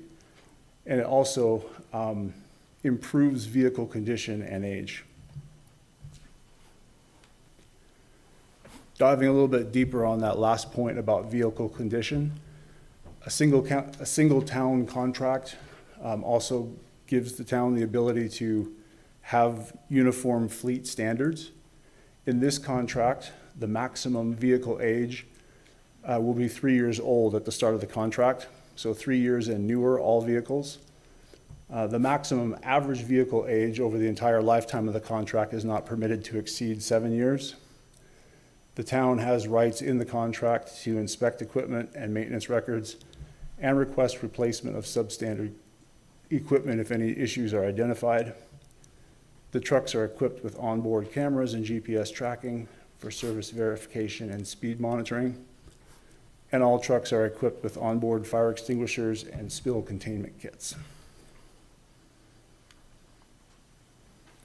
We've also heard a lot about street maintenance, and it sounds to me like the public does understand this issue quite well, but naturally, just speaking at a high level, if you have, 3-4 waste collection companies and they're all traveling all of the streets every week, that increases wear and tear.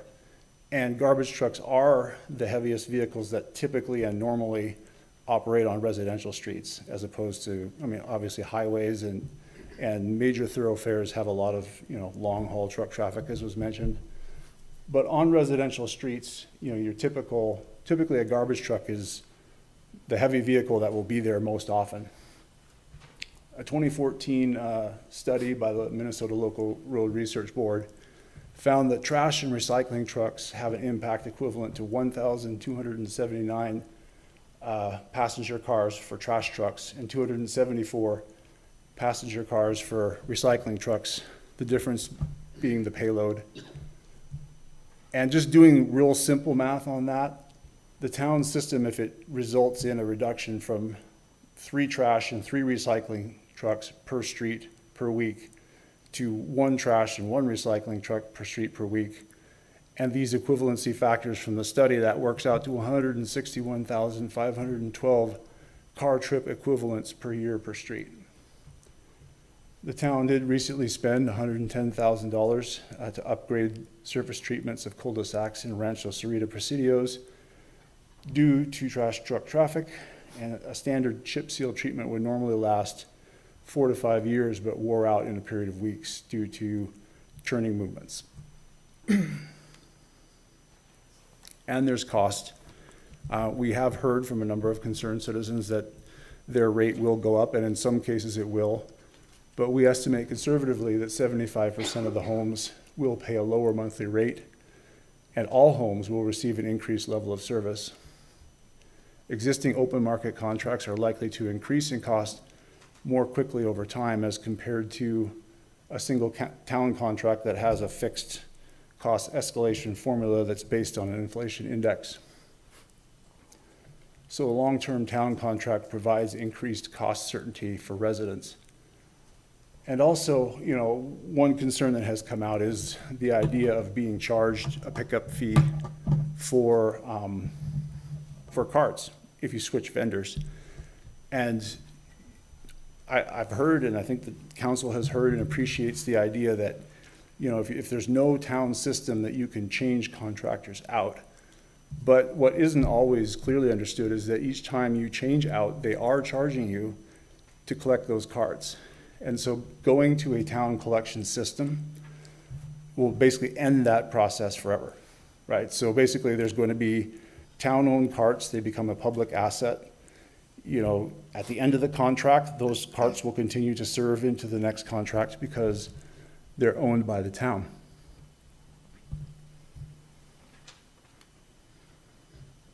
Also, one additional just thought on the town contract as,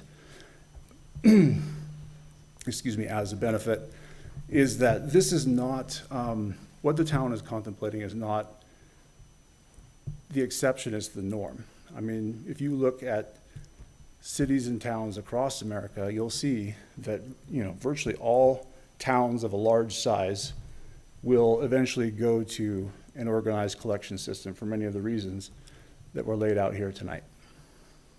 So moving on to the ordinance. So the ordinance before council tonight establishes a September 1st, 2025 commencement date. It will also establish an exclusive residential curbside collection contract for trash and recycling for residential units, properties with 4 dwelling units or less. There's an exemption mechanism created, and this is new since the last public session, for valid existing HOA contracts and large properties. So within the ordinance, the town has the ability to phase in existing HOA contracts, basically until their natural expiry date, at which point in time the HOA would then move into the town system. So Seth, let's pause on that just for a second, if you don't mind, Mayor and Council. We've heard and we know since our November 18th meeting that a lot of, I shouldn't say a lot, actually it's not a lot, but there are neighborhoods that have these governing HOA contracts for residential solid waste service. When the council made a decision to go out for an RFP, you also passed a resolution notifying the public that we were looking at this option seriously. And so any contract that was in place before you guys passed that resolution, and any contract, so that's one qualifier, had to have been in place before that resolution was passed. And any contract term, any of those contract terms that are still valid come our commencement date of September 1st, those terms will be honored and those residents would be able to stay on that contract until that term expires, at which point they would be absorbed into the town's system. I suppose that, if there's a contract out there for 5 years, let's say, and before that 5 years is up, the rates for the town are more favorable than those rates. I suppose they can approach their contract, whoever it's with, Republic or Waste Management or whoever, and see if there's a way of getting out of that contract so you can jump onto our program. But our guarantee is that those contracts will stay in play until those terms are up. Thanks. Thanks. The ordinance also authorizes staff to develop a policy framework for mandatory participation. So tonight's ordinance doesn't codify the fine details of the contract, like your weight limit per cart and things like that, because at a future date, you might, at the end of this contract, say you might enter a new contract with new terms, and you don't want all of that to have to be codified. So basically, this ordinance will establish the system. It's mandatory who's in, who's out, and some of the details that are spelled out in the contract will make their way into policies and procedures that will become, public information and shared, through stakeholder engagement, and will basically become the rules for using the town system. Those future policies, of course, need to be consistent with the operating contract terms, and they're approved tonight concurrently with the contract if you go in that direction. So moving on to just an overview summary of the contract. The contract was procured through a competitive RFP process with 3 proposals received, one from Waste Connections, the proposed vendor, but also from Republic and Waste Management also bid Seth? on this job. Yeah, Seth, can we pause there too? Sure. One of the criticisms offered in the public comment portion of this meeting was that we're monopolizing the system, and I guess when you talk about a sole source in the sense of the town taking the service over as though we were going to buy our own trucks and hire our own people to take that service over, I suppose that would be monopolizing it. But our chosen path is not to completely make this a public sector service. We're exercising a right under state statute to jump into the residential side for all of the reasons that we've communicated tonight and since we started this process. But our method of providing that service is to tap the public sector and have them compete for that service with a finite definitive timeline. So it'll be a 7-year contract, and at which point, assuming that performance has met the expectation of the contract, that 7 years will play out, and we'll go back to the public sector or the private sector and go out for another RFP, in which time they can compete again for it. Thank you. Seth? Yes? Is there any way, I don't know if the mic's just not picking you up, but it's really low. Okay. So I just want to make sure that I don't know how YouTube's hearing you. I would just hate to have people that are watching on YouTube not be able to hear you. So I'll just lean in. that'll work. I just wanted to make sure that we could hear. Okay, so the contract has a 7-year initial term, and there are 3 years of optional extensions that the town could exercise. As mentioned before, there's weekly trash and recycling collection on the same day of the week. Bulk collection occurs 4 times per year by appointment. And Seth, just to pause there, Yeah. and that's included in the negotiated price, correct? Correct, yes. Which doesn't exist that I'm aware of with any provider currently, correct? And the bulk was something, when we went out to the public, that was a interest that was expressed by many was, I'm pretty happy with the service I've got when it comes to, my weekly trash, but what about the big items, right? And to the point about illegal dumping, right? The temptation for some folks is, well, if I can't put it out in my cart, well, I'm just going to find some place, where I don't have to pay to get rid of it. Whereas here, rolled into, the town service will be the ability 4 times per year to have large items collected. Mayor, Seth, sorry, just to clarify, we did learn after seeing the contract in Santa Cruz Meadows that contract actually includes once a quarter bulk. Okay, thanks. But that's the only Clarifying that. place I know in town that does that right now. Thanks. And just to clarify also, it says here by appointment, but it's by zone and by appointment. So, your neighborhood, your street will have a designated 4 weeks of the year when bulk is provided, but you still have to make an appointment so that if you don't have anything, if a whole street doesn't have anything, they'll just skip that street. So it's by zone and by appointment. The contract has fixed costs with annual index-based adjustments. Billing and customer service is provided by the contractor with an online portal and a dedicated local call center for support. Carts will be purchased and owned by the town, but the contractor will maintain them. And the contract includes a separate price rate to serve town facilities, which is not part of the customer rate that's paid by the town out of the town's budget. As we mentioned earlier, the contract allows for HOAs with existing contracts to be phased in. And those contracts, when they expire, will be required to join the town system.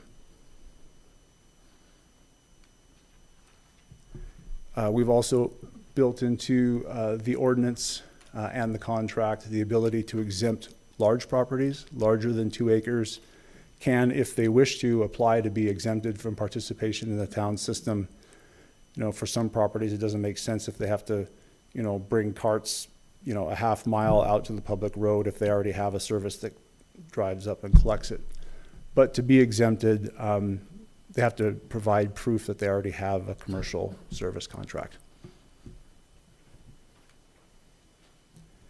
Another concern that we heard tonight that is being addressed in the contract is a vacation hold. So residents are able to stop their service for a total of up to 6 months per year. There's no collection charges for the first 90 days. After 90 days, there is a $50 reinstatement fee if you go 4, 5, or 6 months with stopped service. You know, I heard the concern earlier tonight that, you know, that's paying to get back service, but when you do the math on that, that's actually a $52 discount for not, you know, for not being here, as opposed to just having no vacation hold policy and paying your monthly fee all the way through. And the administrative and cart fees do still apply during the hold period.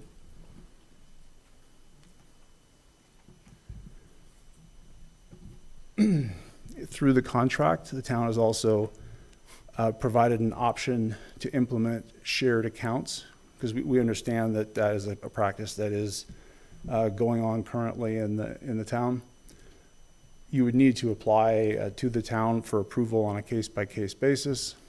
There would need to be 2 adjacent properties. There would need to be an agreement in writing, you know, sort of a standard form agreement developed by the town, spelling out who's responsible for bill payment and things like that. It would be only for full-size trash and recycling with no bulk. And overfilled carts or material outside of the carts would be grounds, with a warning naturally, but eventually if the practice continues, it would be grounds for the town to revoke its approval of the shared account. So I'm going to just interrupt really quickly. When that question of fixed income was such a prominent concern for so many, I was grateful that when we asked the consultants to go and approach the potential contract that we're going to sign, that if they would be willing to do that. And that was, in my opinion, a very generous opportunity, because they don't have to offer that. That was something that they generously said, we understand that, we will let people share as long as it's together. So I just wanted to point that out, that I was grateful. That was a concern of mine and several people on the council about those fixed incomes that we worry about, making sure they're able to do what they need to do. The contract also provides for different cart sizes, a 96-gallon cart and a 64-gallon cart. The cost to collect those does not really differ appreciably. So it is the same monthly fee, but for people who have limited space, don't want to store 2 96-gallon carts, there is the option for the same price of going to a 64-gallon cart size. Additional carts for those that have a lot of material can be purchased for an additional $6.46 per cart per month. So, just to pause on that, there was a gentleman who talked about having like 3 extra cans. Right. And I just did some, you know, so if you look at, we'll show you the rates up here pretty soon, but under one of the options, which is the fixed rate option, that household that had the standard recycling and standard trash, but added 3 more cans, would pay $41.88 a month for that. When council passed this ordinance in June of 2024, we were originally contemplating a start date of July 1st, 2025. Given that there has been extra deliberation on this question and the contract award date, if approved tonight, even is still quite a few months after the original estimated date, we have allowed a move to September 1st, 2025 as the start date. That will give additional time for the program to roll out properly, because it's important to communicate to everyone and not, the transition does take time.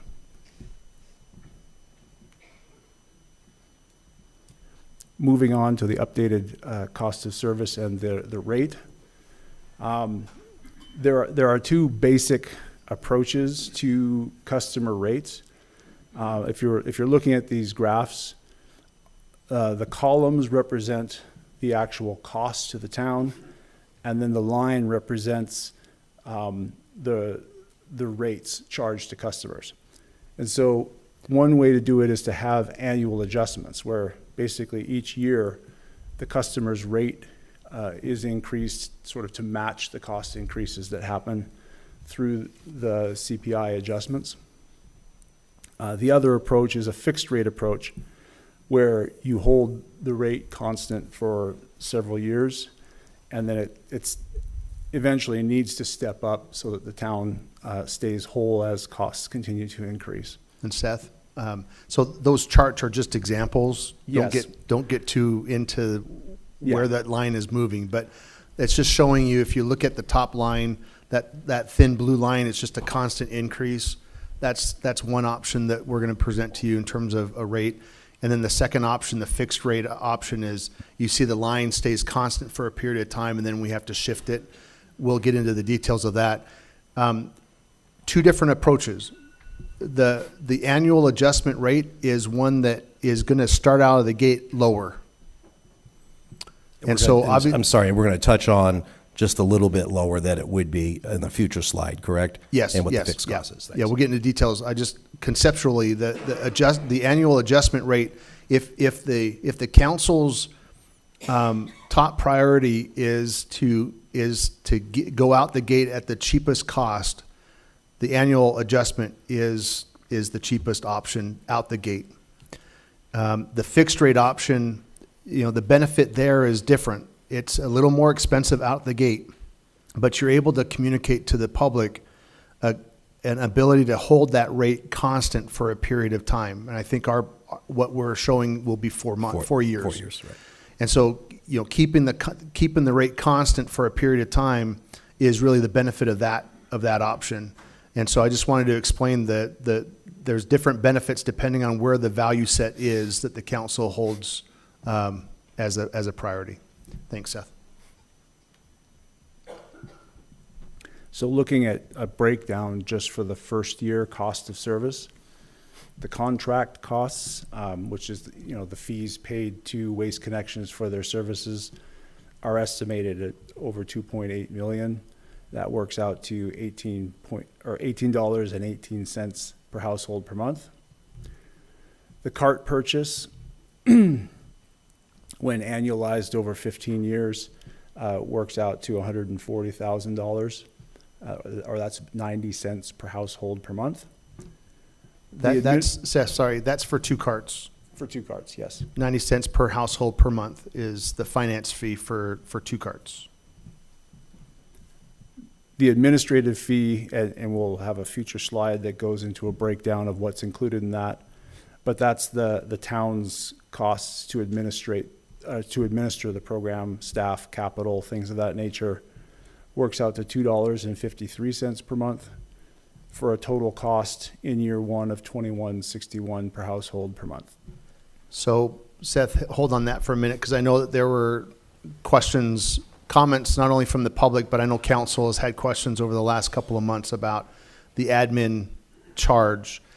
So on November 18th, what was presented to you was a combined cost that we called admin fee.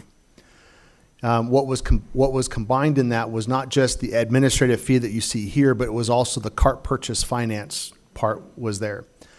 What we did between November 18th and now is we took a hard look at what capacity our existing public works staff had to help on the administrative side for this, and what we truly needed in terms of new positions to properly administer the program.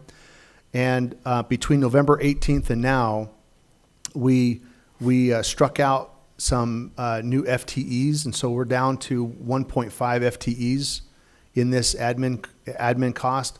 And then obviously a program by itself is not gonna succeed. You've got to have legal support and HR support and admin support. And so there's centralized fees that are wrapped into those 1.5 FTEs. And that's the cost that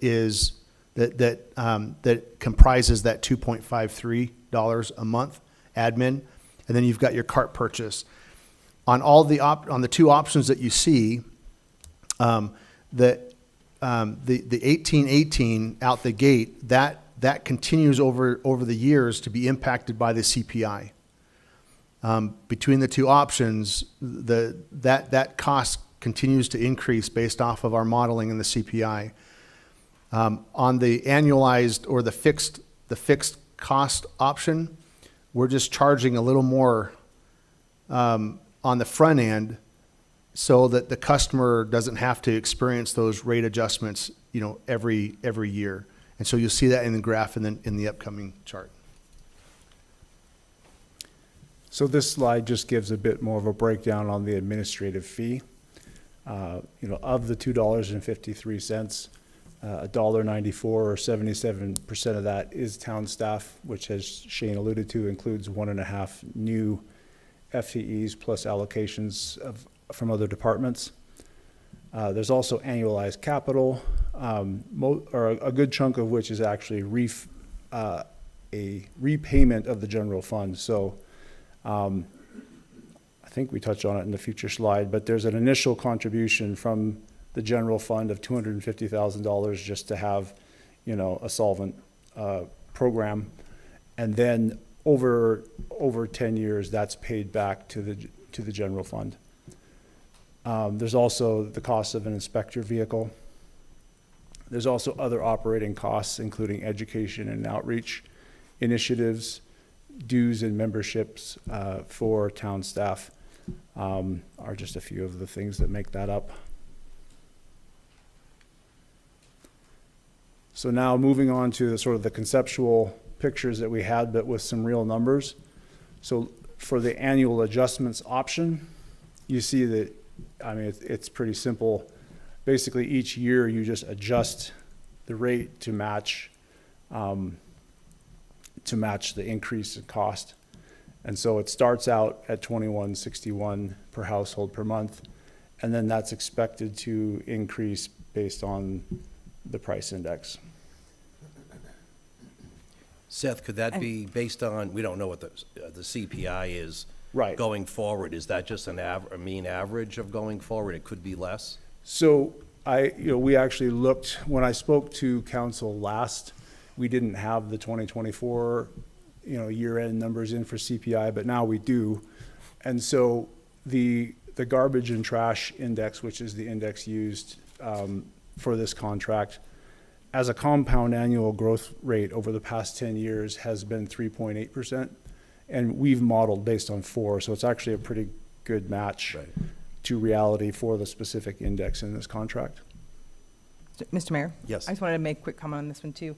I didn't understand this whole concept of CPI and how they determine it, and is it just the contractor that gets to decide? But it is it's a national number that comes out. We actually were like, well, is there a state one that we could get maybe cheaper? And the state one was more expensive if we went with the state value of percentage. So as a council, we felt this was, we didn't vote on it, but it was one of those, be careful of that. A lot of us were like, well, we would want to save as much as we can. So the CPI is the way we are going with it. It seems like it would be the most cost effective for our residents. Well, and another point is the preferred contractor agreed to use that one, which is in the best interest of the residents. Yeah. Just in case people are checking our math, which I know they are. Since last time, as I mentioned, we did get the year-end numbers, and basically now it's a dead heat between the Phoenix CPI and the waste, garbage, and trash. Phoenix CPI 10-year average is 3.7, but they're very comparable. And garbage and trash we believe is appropriate because it is an industry-specific index, and so it better captures what's happening in the waste industry as compared to other industries. this is a very boring graph, but as I mentioned, when you increase your rates at exactly the rate that costs are increasing, your balance basically is expected to remain the same. So that $250,000 initial fund contribution, should be there if you go with that approach. Moving on to the fixed rate, as Shane was alluding to, the benefit here is that you're able to tell residents that their rate will not increase for a period of time. As shown in the graph here, there's a bit of a gap between the first year column because you're over recovering a little bit in the first year so that you can continue to hold that rate in future years when you're actually, your rate is dipping below your costs. So based on the projected increases, an initial rate of $22.75 could be held for the first 4 years for residents, at which point in time it would step up to $25.50 per household per month for the remaining 3 years of the initial 7-year term. And this just shows the same picture, a little more interesting this time because you see in the early years you're accumulating some money, then you start to draw it down as your rate dips below your costs, and then once at the end of year 4, when you step the price up, then you start to recover again, and then by the end of the contract, you're back to your $250,000 initial balance.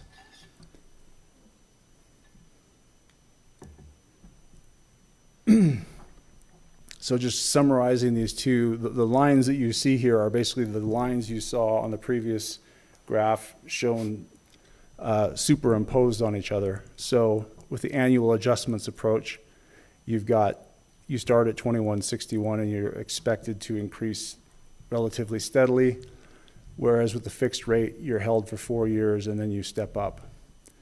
The advantages of the annual increases is that you come with the lowest rate out of the gate, but there's more price uncertainty, whereas with the fixed rate, you come out of the gate with higher cost, but you're giving more price certainty because you're not increasing rates for several years.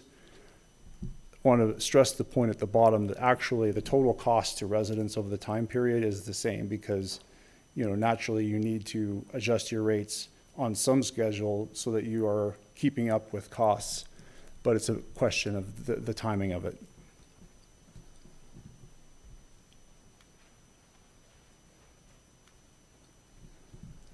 So if council decides to go ahead this evening, the next steps would be notifying the stakeholders.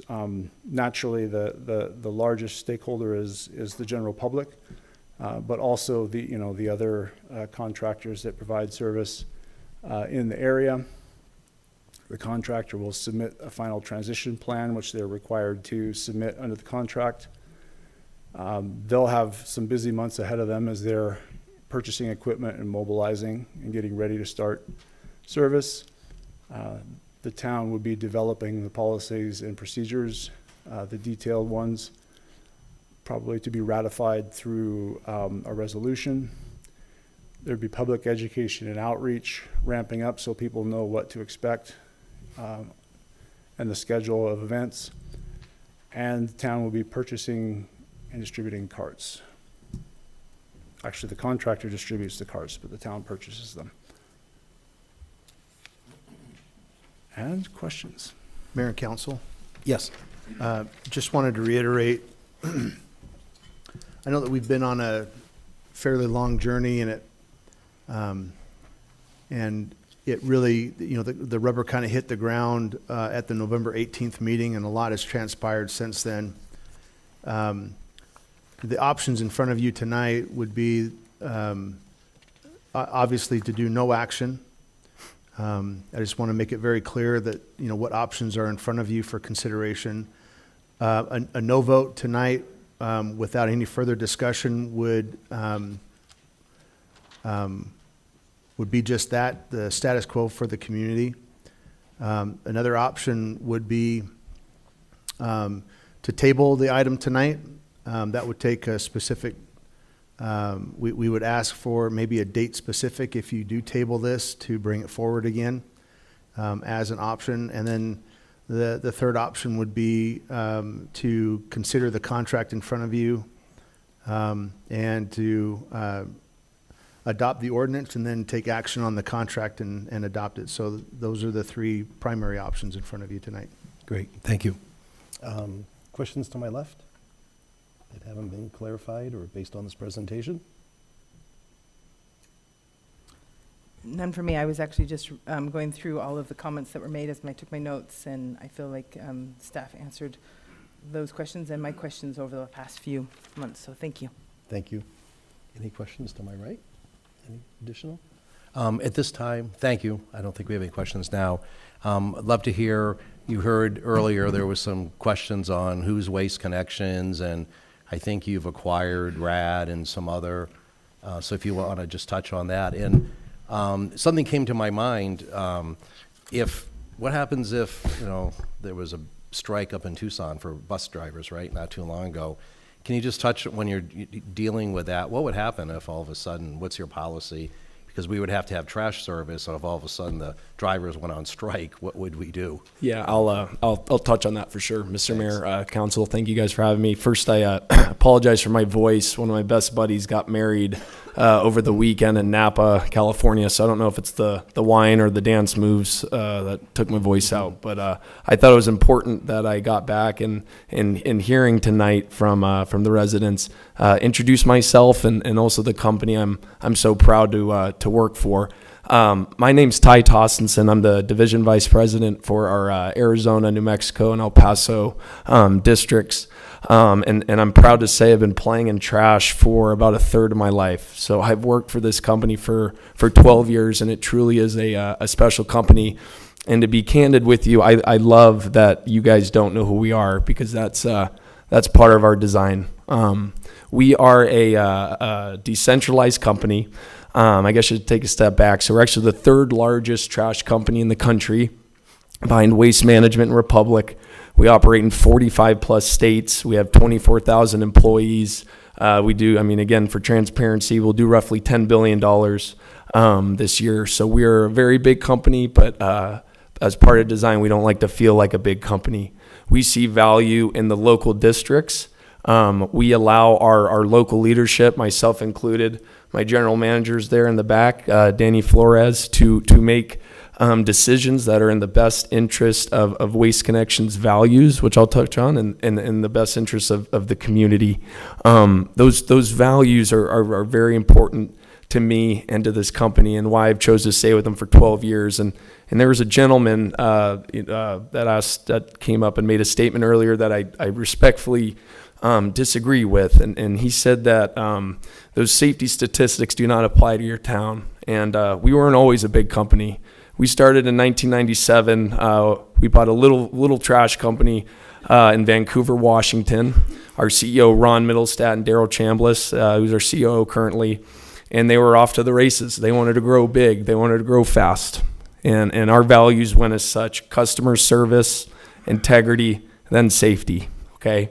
But in 1999, in a small community outside of Vancouver, Washington, very similar to the one you live in, a 7-year-old girl wanted to go say hi to the garbage man, and she took out her tricycle, and the garbage man didn't see him, and we had our first fatality as a company that year in 1999. So I hear a lot about roads and, saving those, but I can generally say authentically, safety is our core and number one value. And then it's integrity, and then it's customer service, because we truly believe that if we're safe and we're operating with high character, you guys are going to keep us as a customer. Okay, and you go to a lot of these companies that fly the safety flag, but then you go see them do a lot of dumb stuff out there. We put our money where our mouth is. We have all of our trucks retrofitted with cameras, both out on the public and also inside the cab, so we can coach our drivers up. We have a very high standard when it comes to who's driving these garbage trucks, because we want to protect the communities that we operate in, and also protect our drivers. There's a lot of crazy drivers out there in Arizona, unfortunately. But this company is again, playing the garbage is fun, but we value people and we value community. And unlike our competitors that put a lot of money into branding and brand recognition, we grow via acquisition. And what we typically find is when we go to a smaller hauler that's grinded and done the deal for so many years, they typically choose us because we do what we say and we say what we mean, and that's that integrity piece. And a lot of the times we don't rebrand these companies because their name holds value in the community. We just come in and give some more resources, and more times than not, that general manager that sold us his company still works for us today. So there is a lot of companies that are Waste Connections companies that have local branding, and we're actually very proud of that. We want to put our money, again, back into our people. We want to put into our assets via trucks, and then we want to obviously support our communities. So I know it got, this is scary for a lot of people, and tongue-in-cheek, you not knowing us, I like that. I look forward to, if given the opportunity, you guys getting to know who we are, because it truly is a great company. I've moved my family 5 different states, 8 different homes in the last 10 years, and I wouldn't do it if I didn't believe in what we did. So, a lot of tough questions today. I know you guys don't take that lightly, Council, Mr. Mayor. So again, we appreciate the opportunity. Again, before my voice goes out to your previous question about a strike or what happens if the drivers go on strike? Yeah, what happens to our residents? Yeah, so again, 24,000 employees we've accumulated. Obviously a good portion of that is our drivers. They typically make up about 80% of our districts. We've accumulated what we call Blue Team, okay? And you have to be a special driver to be on Blue Team. And what that means is you're 5+ years instant accident free. You can't miss any amount of days. There's very, very high thresholds. And if you're on that, you're on Blue Team. What we find throughout the, years in, years out, there's natural disasters, strikes can happen, different things. And if you have that Blue Team badge, the company flies you out. We put you in a hotel. They're used to our trucks, to our operating systems. We have tablets in all of our trucks that can get them going on the road, and we operate very quickly. Thank you.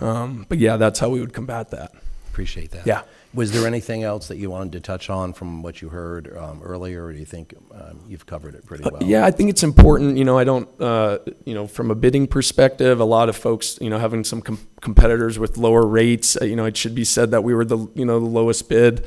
Again, being decentralized, that administration fee, we're hiring locally. We want to hire someone, customer service reps, billings managers, and we're fortunate enough to win the contract. We'll be growing and investing in this community and looking for that. But just because our brand isn't as big as Waste Management and Republic, we buy just as many trucks as they do. We've already got slots built for 2026 on a dime. If we were fortunate enough to win this, we'd have those 4 brand new trucks ordered tomorrow. So.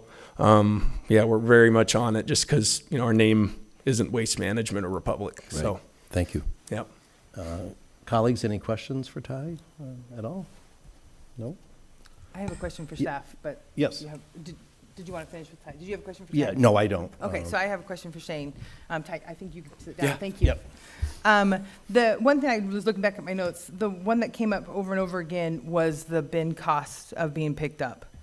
I know that you have reached out to Republic and Waste Management, seeing if there is a way that we can figure out some way to alleviate that cost, lower that cost. I was just wondering if you would mind sharing with us what you came with as you met with the higher upper management in those departments. Sure. Thank you for the question and the opportunity to follow up. Yeah.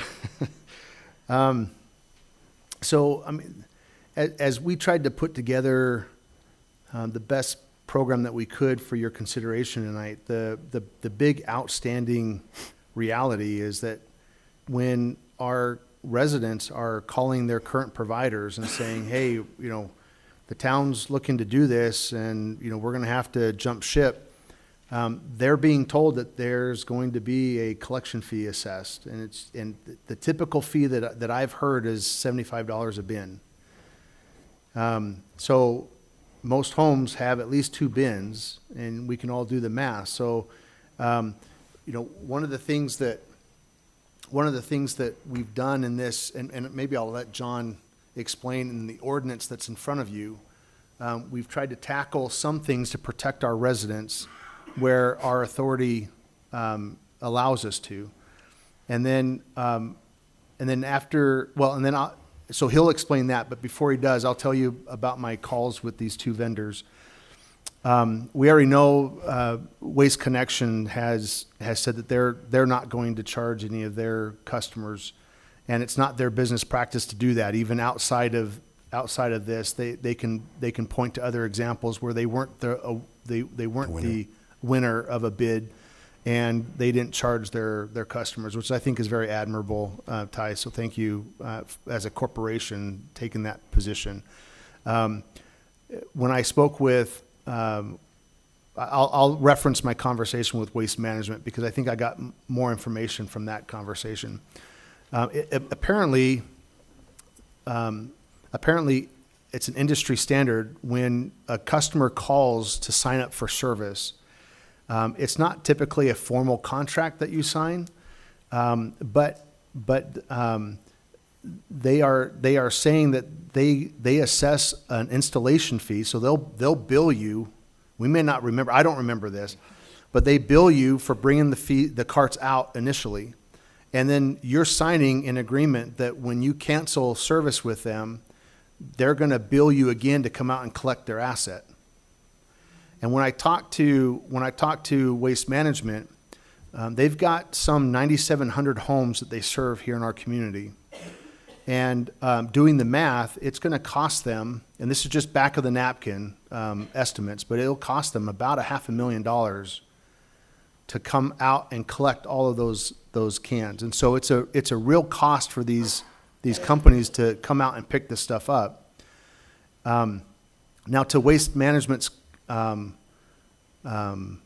their credit, they want to maintain a good reputation in our community, and they want to make sure that they stand as a viable option down the road.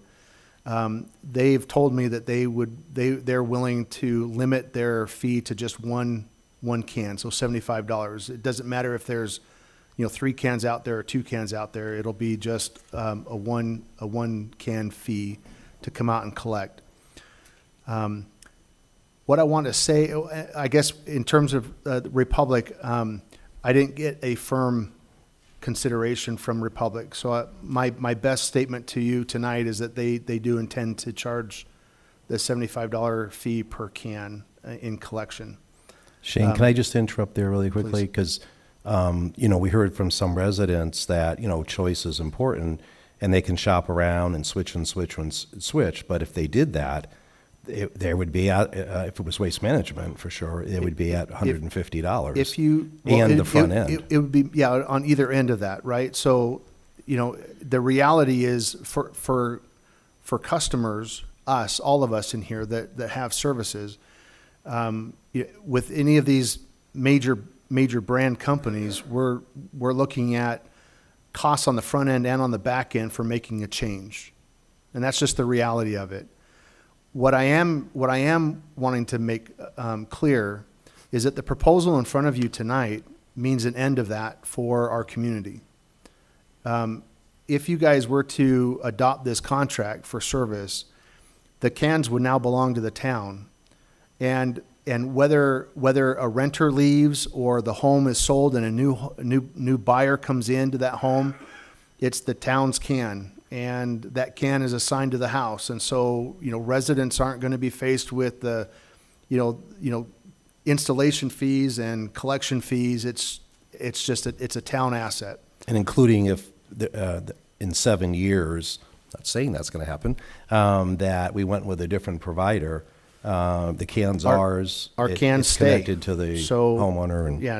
It effectively puts an end to that difficulty that we all experience as we wrestle in between the vendors in this non-regulated system. Thank you. Thanks. Would you explain the ordinance? Thanks. So this issue came up, and it appears that it came up sort of as a surprise to most customers. Most didn't know. Maybe they didn't know they paid a drop-off fee. It seemed like most didn't know that they there was a pickup fee, and given that, I did quite a bit of research and analysis on what are called dripping costs or hidden fees, and it's come down to, it's gone up to as high as the Federal Trade Commission, and about 18 states who have adopted laws and regulations that basically say you can't charge fees unless they're conspicuously disclosed up front, or they're in a written contract. So what we've added to the ordinance is it prohibits the charging of termination fees, no matter what it's called, pickup fee, paperwork fee, dock fee, whatever, unless either A, it was conspicuously disclosed up front when the customer at the time entered into this invoice by invoice service. And I think Shane sort of indicated, you signed something, and I don't really think you do. I think you order cable or internet, they just come out, put the box in, and you may sign something, but that just says that the guy did the service.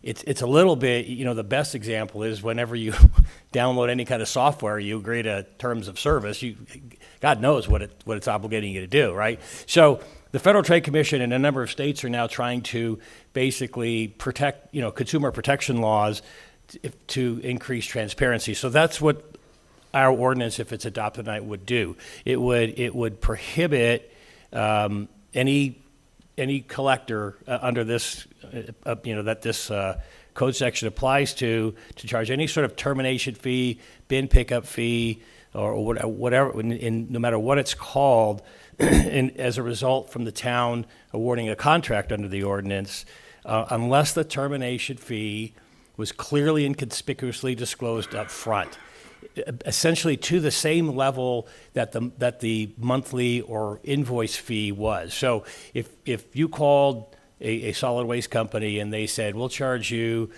$55 a quarter, and they don't at the same time disclose, hey, we're also charging you $35 to drop it off, and we're going to charge you $75 a bin to pick up if you ever cancel, then that wouldn't meet this standard. Now, it's up to really the customer, the consumer, and the company to work that out. But this ordinance is an attempt to prevent those kinds of hidden fees from being charged because, across the board, whether it's, vacation rentals, hotels, ticket, concert ticket purchase, all these hidden fees. And so there's a real move for jurisdictions to try and stop that. And I think this ordinance does that. And again, like I said, the other option is if it was in a written contract where you actually signed it, the customer actually signed it, which is rare, then and the fee was in there, then it's really your obligation to maybe read something that you signed. But if it's just a verbal agreement and it wasn't disclosed, then it's really not fair to the customer to have to pay that. So that's what the ordinance does, and so sort of listen to what the public was saying. And an interesting thing came up where, the bins themselves cost $50, $55. So it seems like from an economic standpoint, if Waste Management is just better off buying new bins rather than, and charging the new bin cost to the customer rather than the $75 to pick it up, because the $55 cost originally is certainly depreciated by the company. So my point is that it's not only a hidden fee, it's not even proportional to the value of what you're picking up, and it seems like, and I don't want to go too far, but it seems like it could be considered somehow restraint of trade. Because we heard here today, if I don't like my if I don't like my service, I don't like price, I'll just get another guy. Well, if you're going to have to pay $150 to get the other guy, it's going to take you years to recoup that cost, even if you're $5 less a month. So, so really isn't any sort of way to switch companies in reality, because nobody's going to pay the $150 to get $5 less a month in service fees. Right. So that's why I think this part of the ordinance, I think, is sort of cutting edge a little bit, you know, and we're willing to push it as best we can if the council decides to go this way.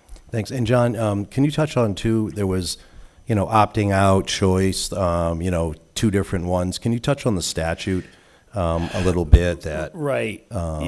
So the state statutes provide a couple of options for municipalities. One is the economy just takes care of it. You have all this competition, but we've heard, you know, that you have 3 or 4 different companies or more, and you've heard sort of the downside of that, the sort of externality cost to the community. It's not just what you pay every month, it's the cost to the taxpayers of fixing the roads more often. It's the cost of, you know, the safety costs, all those other things, the noise of trucks driving up and down. So state law gives the town the ability to do that. It also gives the town the ability to run its own solid waste division or department.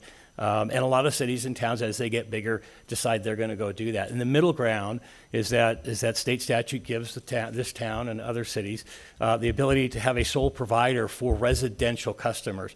And the reason and I know somebody mentioned why just residential, because state law limits the town's ability to require service for 4 units or less. It's deemed residential.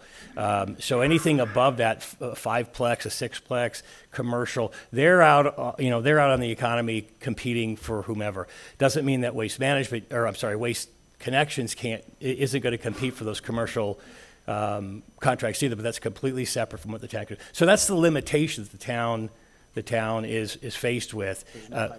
And it's sort of an all or nothing. You can't, if you start contracting with 2 or 3, the statute doesn't contemplate that. It talks about a sole or single provider that the town has the authority to contract with. Essentially, it's outsourcing what you could insource.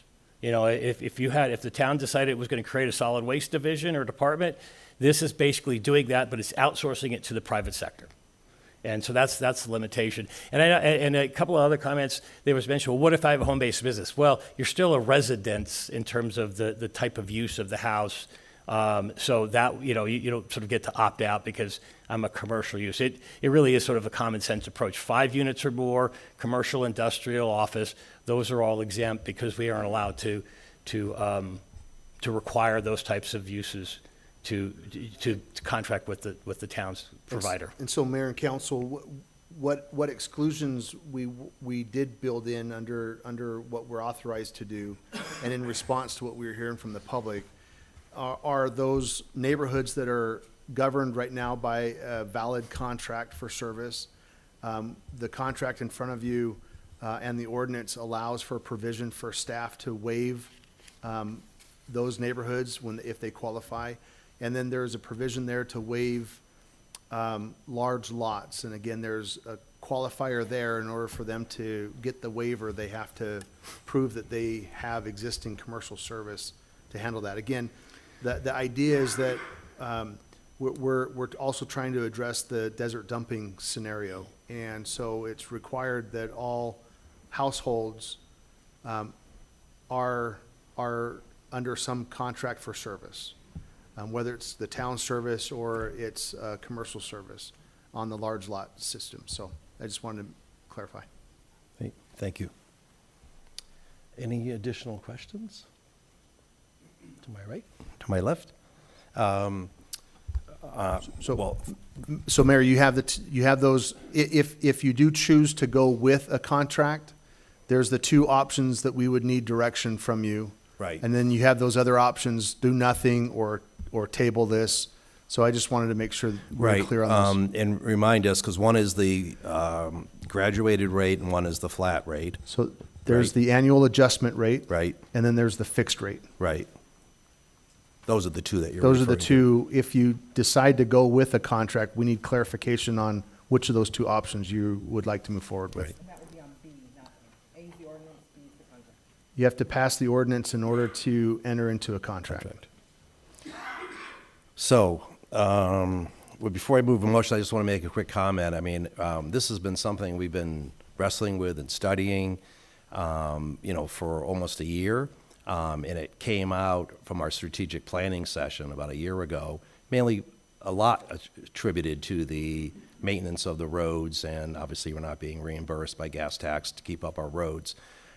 Safety was in there, and really, as I've gone down this road, knowing the benefit to a couple of these communities that actually have that in place, that have been enjoying the benefit of having the 2 trucks a week and not the 6 like my neighborhood does, we're charged on behalf of all of our residents to try to do the best that we can. The general fund belongs to all of us, to all of you.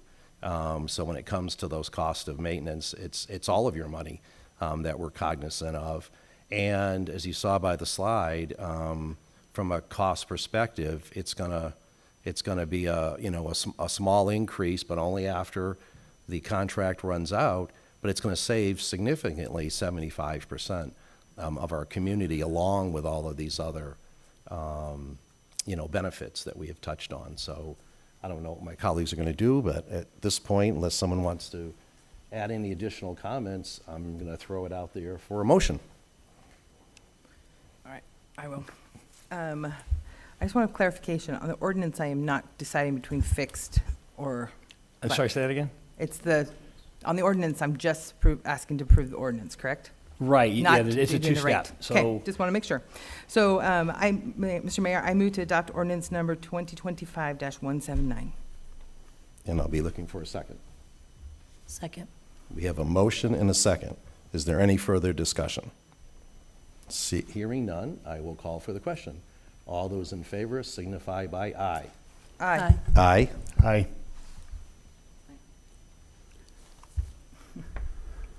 Aye. Any nays? I have 6 yeas and 0 nays. Did I hear that correctly? Okay. Moving on to item number. Letter B. Letter B. Mr. Mayor, Yes. I move to approve contract number 250001 with Waste Connections of Arizona with a fixed rate. No, yes, Yes. fixed rate is the one I want. Do I have a second on that? I'll second. Second. We'll let Ed go on that one if you want. We have a motion and a second. Any other discussion on that item? All those in favor signify by aye. Aye. Any opposed? Carries unanimously.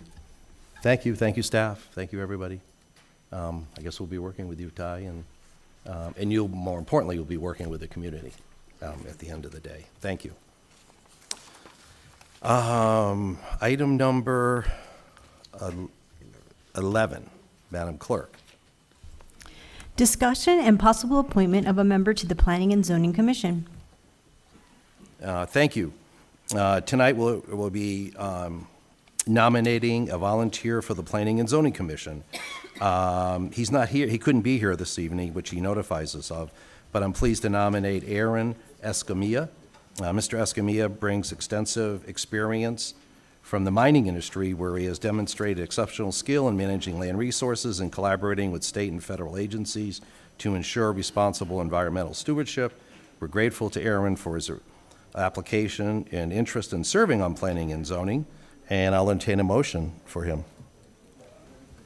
Mr. Mayor, Yes. I move to appoint Aaron Escamilla to the Planning and Zoning Commission to fill an unexpired term ending June 30th, 2026. Second.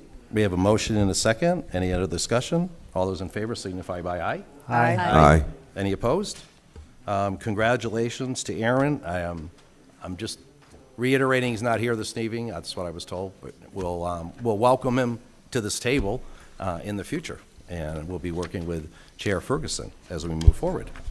Do any of you know him or have met him before? Oh, you have. Good. Thanks. We're moving to item number 12, Madam Clerk.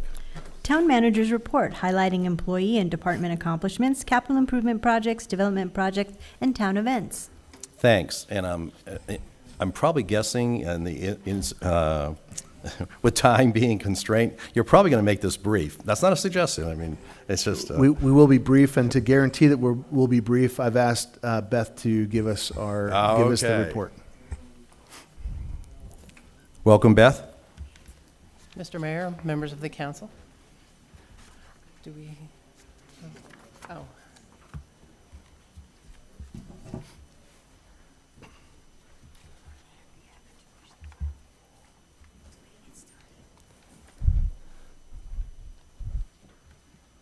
There we go. Thank Good, I was getting a little concerned about the brevity portion of it.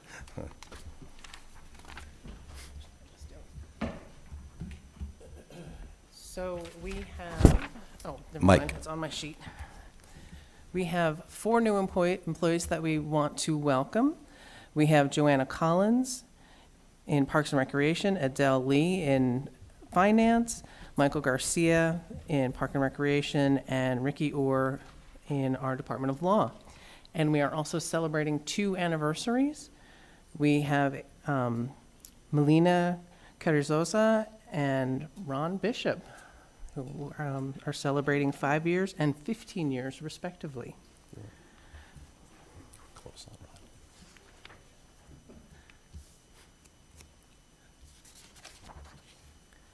So for our major department highlights, our Lieutenant Mike Falquez graduated from a 10-week class at the Northwest School of Public Staff and Command.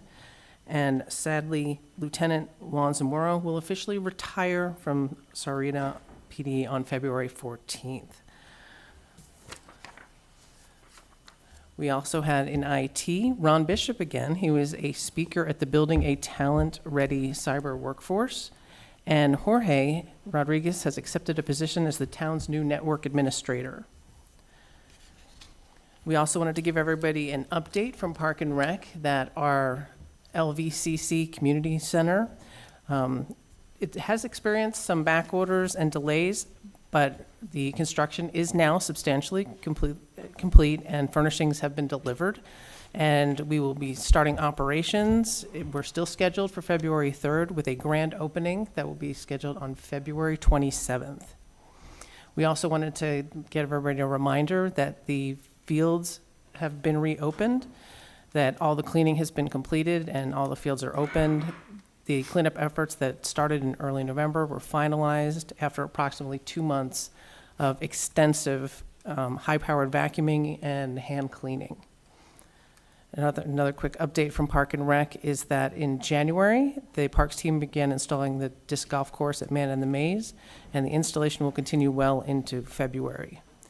For our splash pad, A5 has started the vertical construction of the restroom building.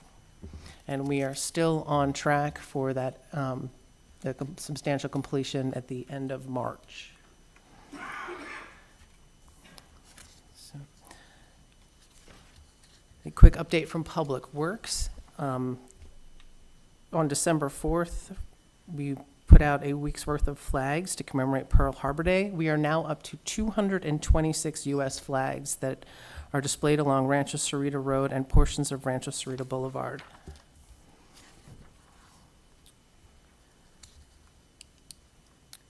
And the only other item that I have for you is Public Works related, that our SWRF re-rating project is also nearing substantial completion. And with that, I will. Is he still here? Yes. Oh, I'm sorry, I didn't. So we also wanted to take a moment. It wasn't originally on the list. Daniel, if you could stand up for a moment. Daniel Logan is our new Deputy Director of Public Works. Today is his actual first day here. Well, I was going to say, I didn't recognize him. I like his haircut, though. You're so welcome. Daniel, meet everyone. Everyone, Daniel. Welcome. Dan, and I will let you know that I've been on the council for 15 years, and they rarely go this late. Just let you know. Right. This is a rarity.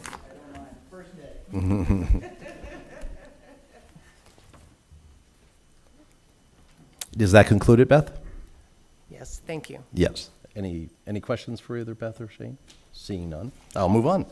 Madam Clerk, item number 13. Presentation, discussion, and possible action regarding the 2025 legislative session. Thank you. And Mr. Marcos Mina, our management analyst, will be presenting this presentation. Welcome, Mina. Mayor and council, obviously, given the late hour, Mina will be brief on his comments too, right, Mina? I think that's direction, Mina. Microphone? There you go. Council members, for the record, Mina Marcos, Management Analyst for the Town Manager's Office. This presentation has been prepared with the aim of providing legislative update to Sahuaritas Town Council. The 2025 Arizona legislative session began on January 13th and will run through the spring with key deadlines. That was short. Yes. Not that short. Even beat my expectations.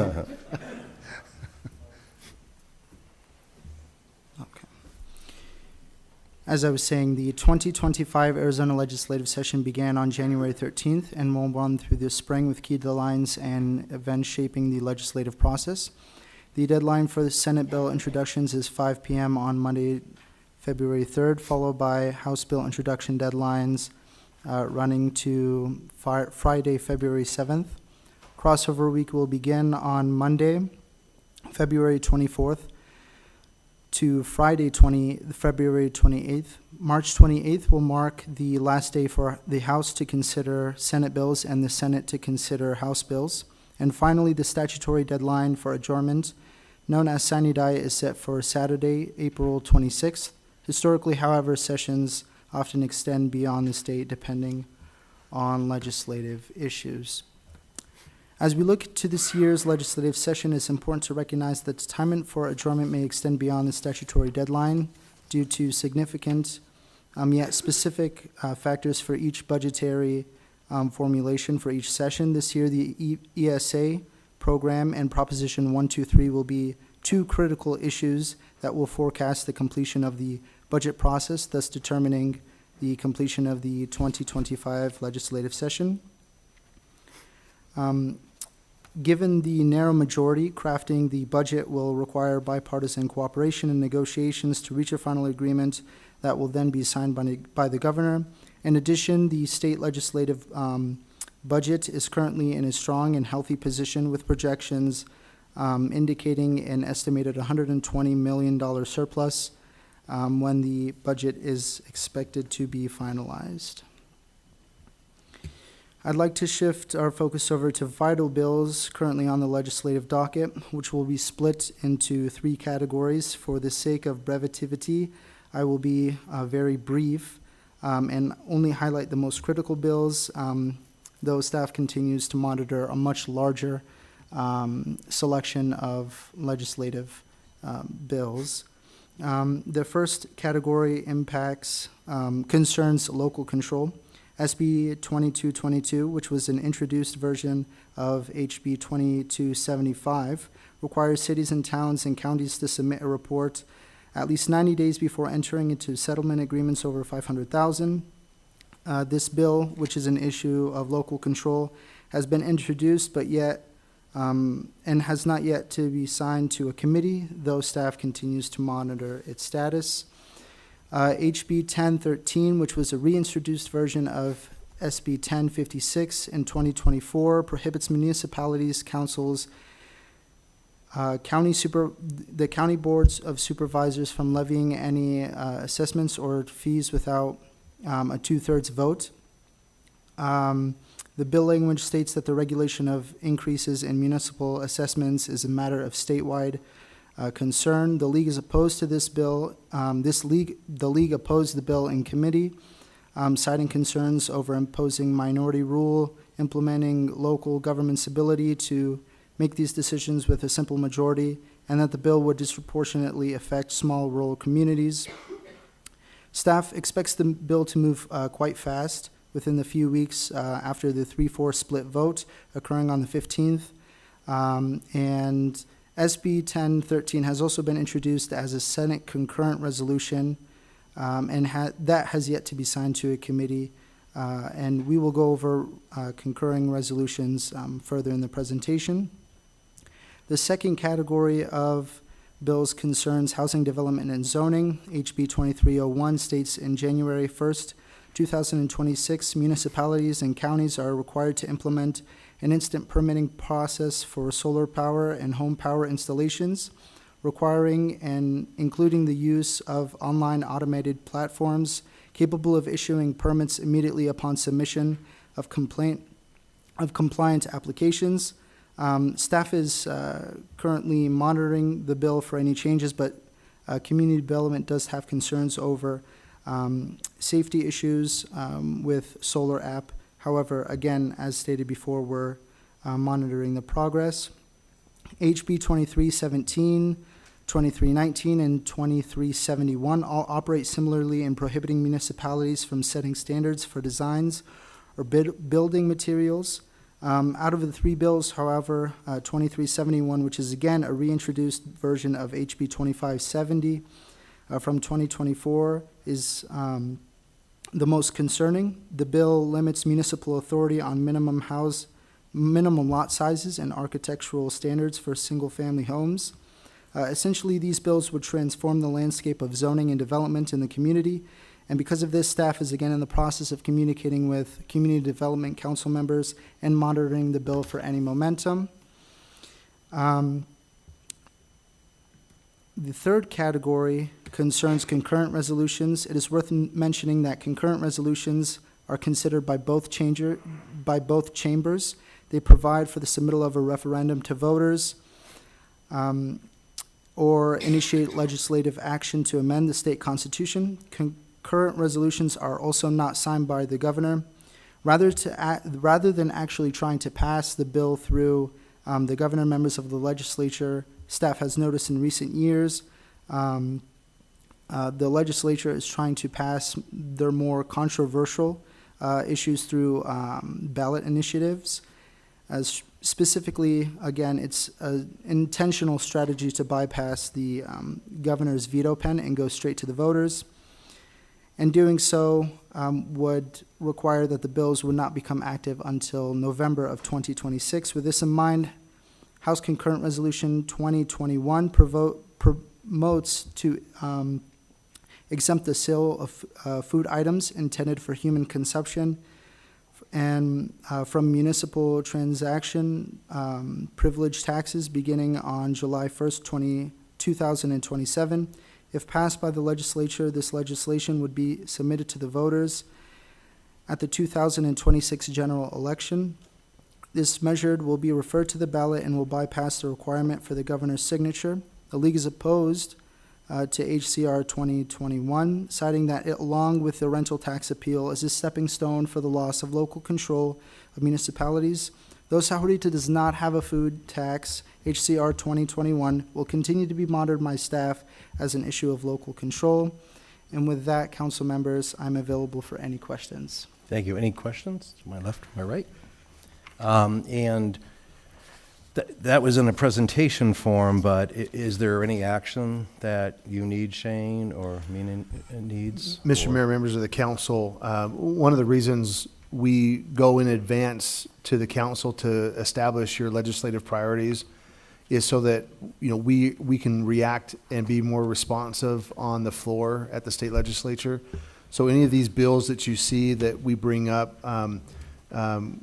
that are in line with your legislative priorities, we are taking the appropriate action at the Great. the legislature. And being on the executive committee of the league, we're monitoring it as well. So if there's opportunities to report back, either staff or myself will do that and keep our council informed, as we always have, as we move forward. Mayor, if we do something formal, like we register ourselves in opposition. Right, or require a letter, ask for a letter. Yeah, from we you, right? will, we'll make sure that either through email or in settings like this at your council meetings, we're letting you know. Yep, thank you. Appreciate it. Madam Clerk, item number 14. We're saving the best for last. Do you need candy down there or anything? Joint for some study sugar? session with the Planning and Zoning Commission to review and discuss the Parcel 30 specific plan. Thank you.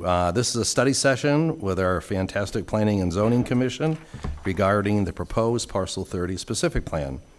Chairman Ferguson, will you please call the Planning and Zoning Commission to order? Yes, thank you, Mr. Mayor. Good evening and welcome to the Town Hall. The time is now 9:28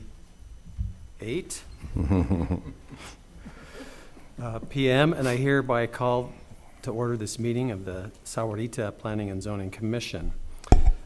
Please follow me in the Pledge of Allegiance. Can do. I pledge allegiance to the flag of the United States of America and to the republic for which it stands, one nation, under God, indivisible, with liberty and justice for all. May I have roll call, please? Commissioner Brown? Here. Commissioner Rao? Here. Vice Chair Millet? Here. Chair Ferguson? Present. Quorum present. Thank you.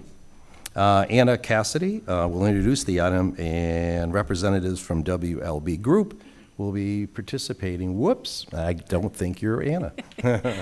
I'm going to introduce this on behalf of Anna. Okay. Anna is sitting right up front. And why don't you introduce we'll yourself? talk to- My name is Orlenthia Henderson. I'm the Planning and Zoning Manager for the Community Development Department. Good evening, Mr. Mayor and fellow commission members, as well as town council members. I'd like to provide a quick introduction to the project, basically introducing the project lead for Parcel 30. It is a rezoning application, but we also are rezoning it to a specific plan, so you'll kind of hear those two different terms interchangeably. We have the pleasure of having Robert Longacre III from WLB Group. He is the town consultant and project lead for Parcel 30. He is the Director of Planning for the WLB Group. He has over 20 years of experience working in the field of planning. He has extensive experience working with complex rezoning applications, as well as he routinely works with rezoning applications on behalf of the Arizona State Land Department. He currently serves as the applicant on behalf of the town for Parcel 30. And with that, because we've had a long night, I'll turn it over to Robert, and he will provide additional information on the application as well as where we are in the process. Thank you, appreciate it. Welcome. Thank you very much.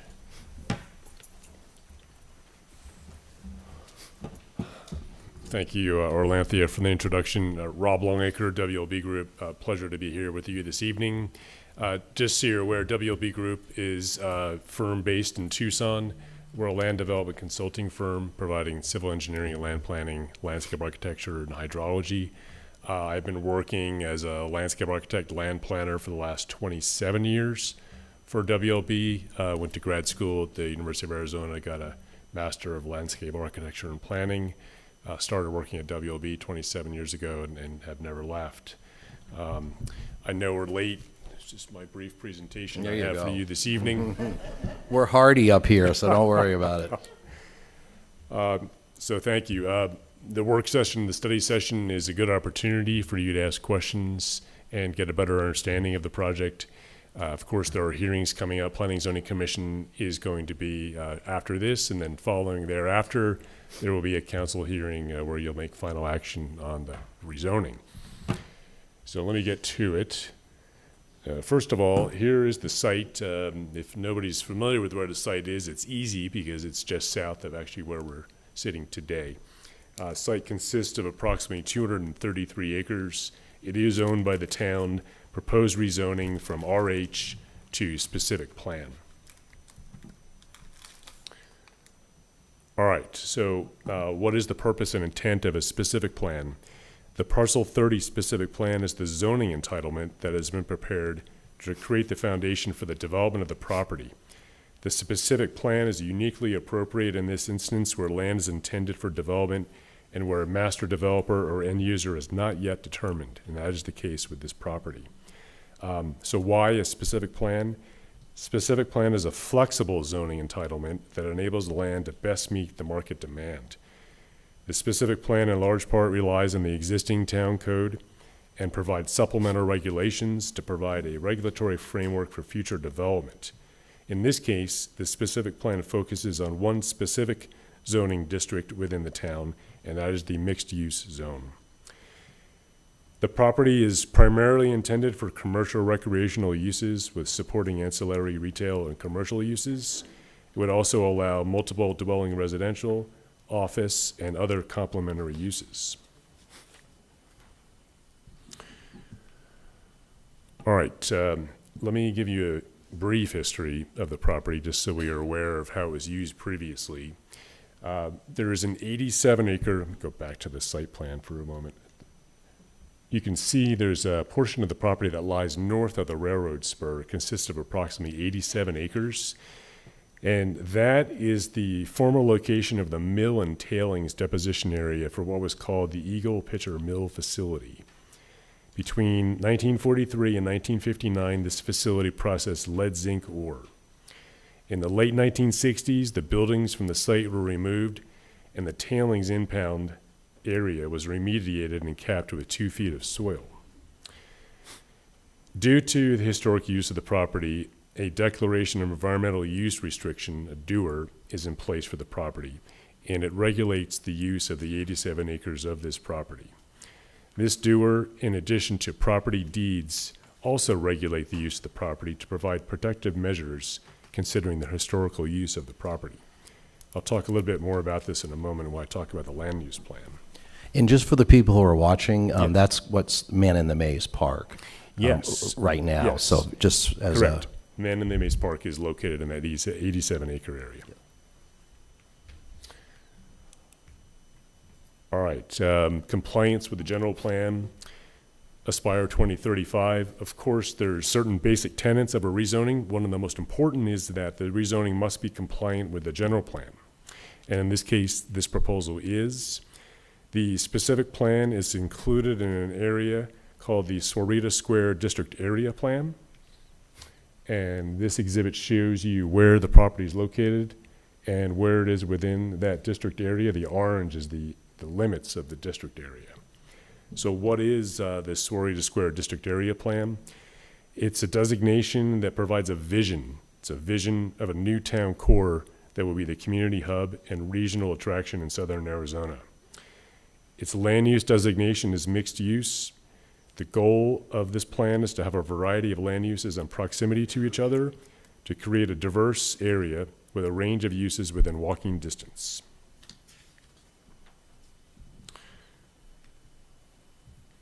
All right, one of the other key components of rezoning is that rezonings need to be good neighbors. So in this case, as we've planned the property and considered the potential uses, we've considered uses around the property. And there are several. There is the Sahuarita Farms specific plan, another specific plan that lies immediately east of this site. That specific plan is also planned for a mixture of uses, commercial and residential amongst others. To the north and to the northwest is the Rancho Sahuarita specific plan. And portions of the specific plan we're actually standing in right now, planned for medium density residential in areas and also town center. There are existing single-family residential subdivisions to the west and southwest of the site, and proposed land uses and buffering will be used to ensure compatibility. Existing development to the north, where we are today, there are a variety of uses here, of course, town hall, municipal court, aquatic center, schools, libraries, and commercial services. And then to the south of the site, there's other residential development. There's existing low-density single-family residential development, and provisions for adequate buffering are provided in this specific plan. This includes a 60-foot buffer within the El Toro Road right-of-way.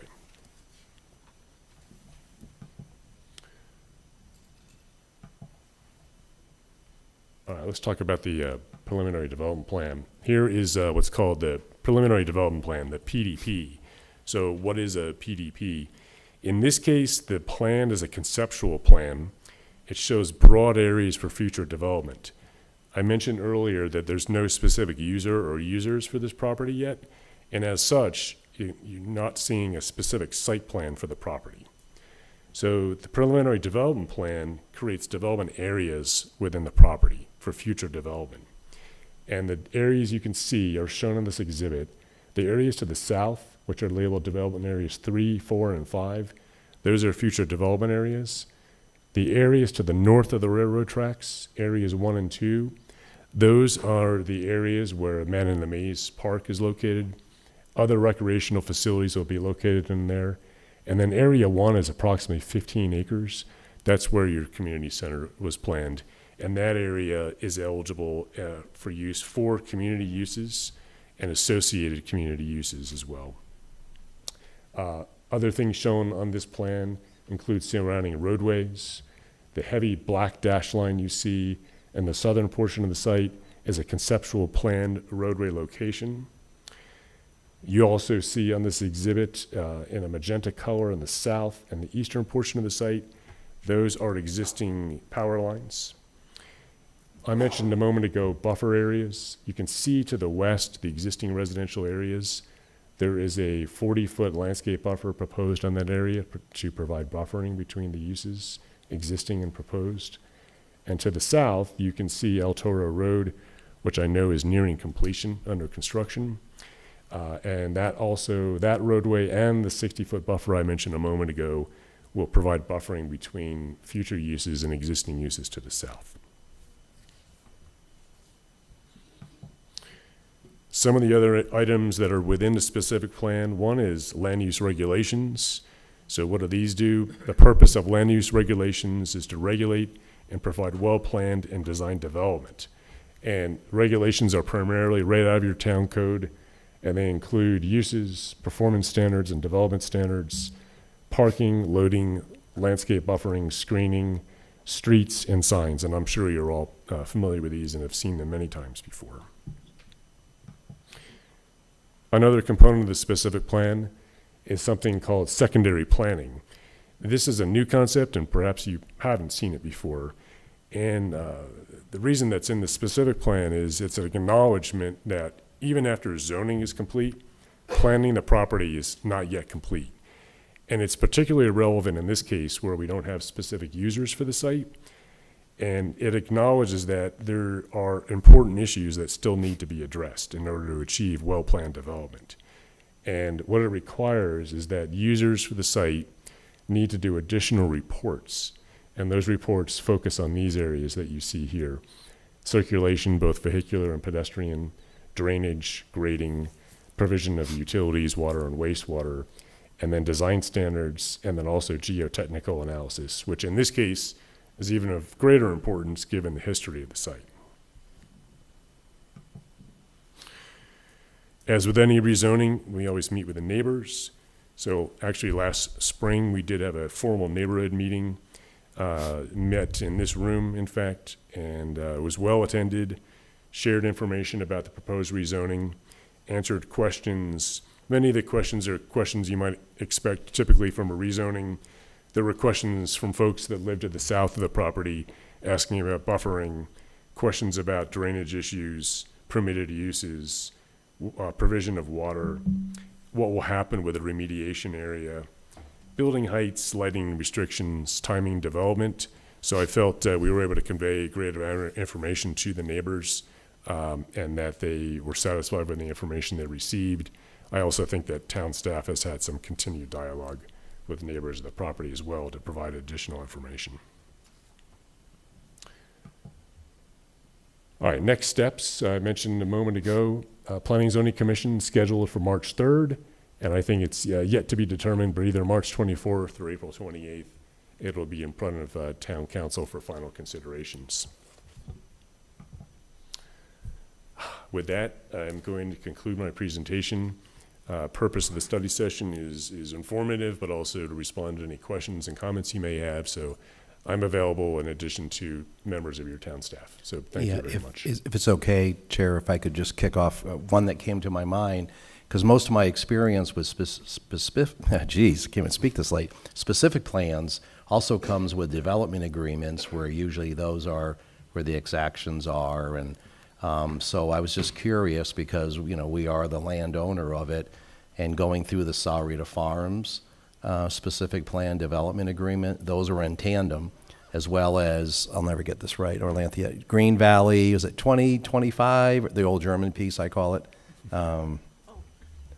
Green Valley 28. 2028. You know, there were exactions out of there as well.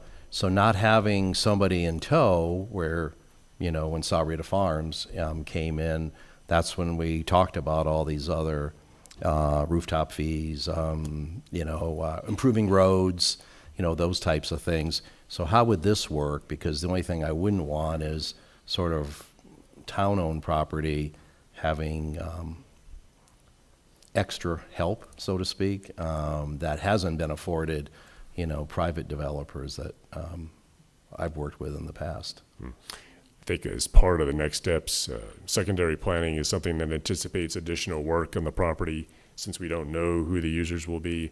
Like in a similar vein, the same thing would occur with establishing a development agreement. Once the user or users come forward and express interest in developing the site, then they would work with town staff to iron out issues and make agreements via some sort of development agreement. Okay, thank you.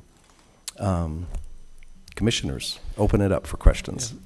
Question, you mentioned that the original work that had gone on, I think in the northern part of it, had to do with mining and tailings and various heavy metals and so forth. What's been the remediation plan? Is it clean? What's sort of the status, if you will? Yes, it is clean, and the DURA I mentioned is a Arizona Department of Environmental Quality document, and indicates that the site has been remediated.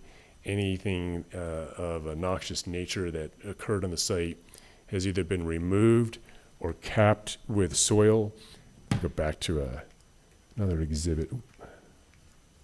And now we're back to the man in the maze portion of it as well, because I don't think any capping went on the red hatched area, is my understanding. Because I know we did some investigation on the red hatched areas. Mayor, that's correct. We did, when we acquired it from the mines, we did environmental assessments on the southern part of it, below the railroad. Right. And there are some use restrictions, but we even got them to allow residential uses as part of the deed restriction, as long as they weren't first floor residential. So they didn't want people, sort of playing in the yard, as it were. So, but the development portion, really, which is the subject of this plan, is clean property. Clean. But in the sort of abundance of caution, the mines didn't want us to be able to sort of do some underground, people to ground kind of things. Right. Mayor and council, as Yes. you recall, we,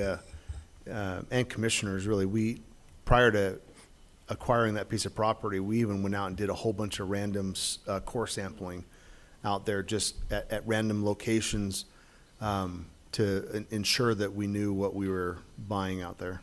That's why I brought that up, Chair, because I knew we had done some work on it before purchasing it. So I just wanted to make sure that we have some of that information that could be provided to you. And the area that you see in orange, this hatched area here, that is the area that's been capped. That's the area that's been capped with soil. There's 2 feet of soil on that area.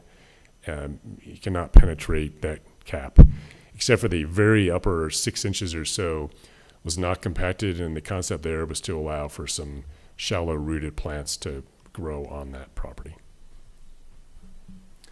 And if I understand the map correctly, we no longer have those 2 railroads stop signs On the roadway? Yeah.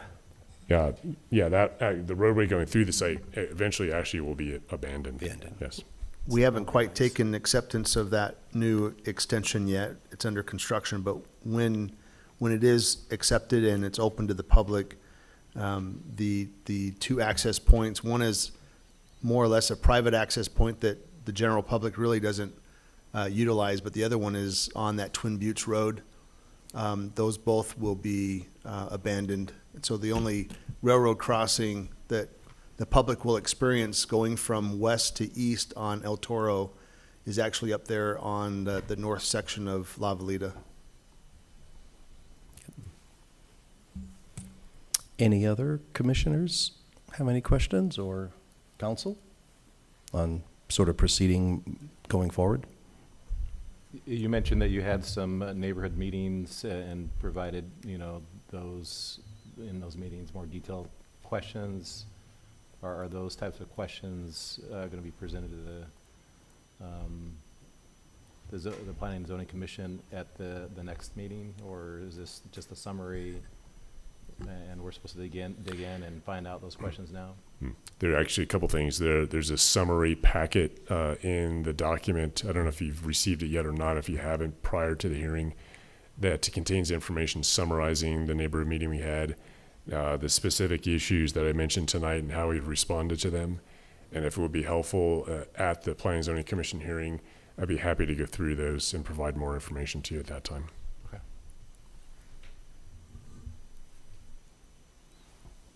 Any other questions? No? Shane, is staff looking, I know I enjoy having the joint meeting, but what would staff see as success coming out of this? More just to inform us, or allow us to ask questions Planning and Zoning Commission meeting? My understanding was that it was kind of taking care of two issues at once, and that was to inform both the commission and the council. But if there's formal action or direction that we're looking for, no, it's just inform Yep. and make sure we're answering the questions that you might have at this point. So I know I've heard that hearing those comments from the neighborhood meetings would be important. Maybe some of the materials that we've already done for studying it, environmental, those types of things, we can get, those to you, as well. Kiffin, do you have any other questions, or Laurie? And my other question is, what are the alternatives to rezoning not under the specific plan? Are there? Oh, that's a good question. Were there considerations for just using the standard zoning? Yeah, what would be the advantage that you see or staff sees for zoning this under the specific plan as opposed to just doing a landowner coming in doing a regular rezoning? Yeah, great question. So I use this specific plan. One of the things this specific plan allows you to do is flex some of the development standards. So, for instance, in this, we've been able to drill down a little more deeply into the uses, permitting additional uses or not permitting certain uses. One of the deeds for the property south of the railroad tracks actually does prohibit certain uses. So, via the specific plan, we're actually able to specifically identify those. Some of the other things we've done is we actually looked at some of the performance standards, and I can get into this in more detail during the hearings itself. And we've modified some of the development standards. We've also modified some of the uses that typically might require a conditional use permit. We thought in this case, and based on the property location and the intended uses, that we may not require a CUP for some uses. So that's what it allows you to do, flex the traditional development standards that are in the code itself. And Mayor and Council, that's really important because we don't have a specific end user at the table with us right now. So flexibility was really, really important to put as our first step at rezoning this thing. Right. Any other questions, Chair or Commissioners? Is there a specified mix of use types already outlined in that specific plan? Is it? And I apologize if I have been that packet. I read through it and see the details I'm looking for right now. But the uses, if you looked at the matrix in the town code for the mixed use district, those are the bulk of the uses, with the exceptions of uses that are prohibited by the deed for property south of the railroad tracks, and uses that are prohibited in the area north of the railroad tracks by deed or doer. But there's no outline, hey, this is the percentage allocation Oh, I see. Of land use. No, there's no specific allocation of land uses by percentage. There are specific allocation of uses generally by area, and I'm just using the tracks for reference. North of the tracks is much more restrictive than the area south of the tracks. The area south of the tracks has, as far as uses go, has virtually few restrictions. Almost anything that you could do in mixed use are permitted, with the exception of there's a specific list of uses that are restricted by the deed. And that's something else that I can provide more detail on, and I can actually tell you which types of uses are specifically prohibited by that deed currently. And when it comes to the Planning and Zoning Commission, is that where they get to look more in depth? I know we want it to be flexible, but uses next to residential, you know, adjacent property owners, is that where they would work on some of those restrictions, for lack of a better word, would be, or are we trying to keep it as flexible as possible until we have a user come in? I think what we've done with this is we've used buffers. For instance, the buffer on the west side's significant, it's 40 feet. It's mostly area north of the tracks. We've tried to use buffers as transitions rather than restricting uses in certain areas. I mean, we could certainly, if you want to explore that, we could explore the option of restricting certain uses that you think may not be compatible with surrounding development. But I think that the bulk of the uses, what we determined, is that in mixed use are actually pretty compatible with the existing surrounding uses on this property.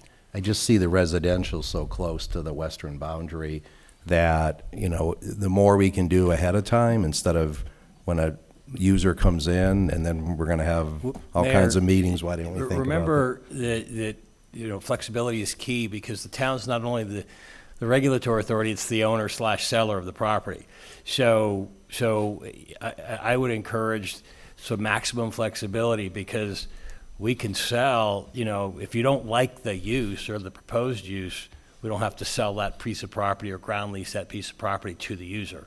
So you have sort of two bites at the apple, but if you start restricting it too much up front, you may sort of inhibit your ability to get the development that you want. So I think through the planning process is sort of one step, but through the development and disposition type agreement we would enter into with a tenant or an owner, a downstream owner, that's where we would sort of nail down the specifics as we're conveying certain parts of the property, that orange or whatever salmon color property out to the end user. Right. But we also recognize the railroad there as a natural buffer. Right. In a lot of different ways, because there's a right-of-way there for that railroad, and the use of it is already, it's kind of an equalizer in terms Right. of, you know, having one use on one side and the other side. The use So- on the other side, yeah, good point.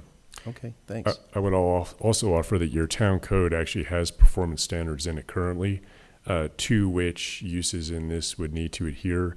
And those performance standards, if you're not familiar with them, they actually look at that typical uses, proposed uses, and compatibility with surrounding uses. So for instance, if a use was proposed, your code actually has specific regulations if it needed a wall, for instance, to screen. Right. Or if a use needed to limit hours of operation, or if noise was a concern, or if there's additional setbacks required. So we've reviewed those performance standards, and I think they do a really good job to ensure land use compatibility, and that would work for here as well. Right. I'm just trying to keep calm meetings for all of you and in the future when particular people might want to develop it as much as possible. Any other questions from commission so far for this? Council? Everybody good? Okay. Would you like to adjourn the I would. Planning and Zoning Commission? Yeah.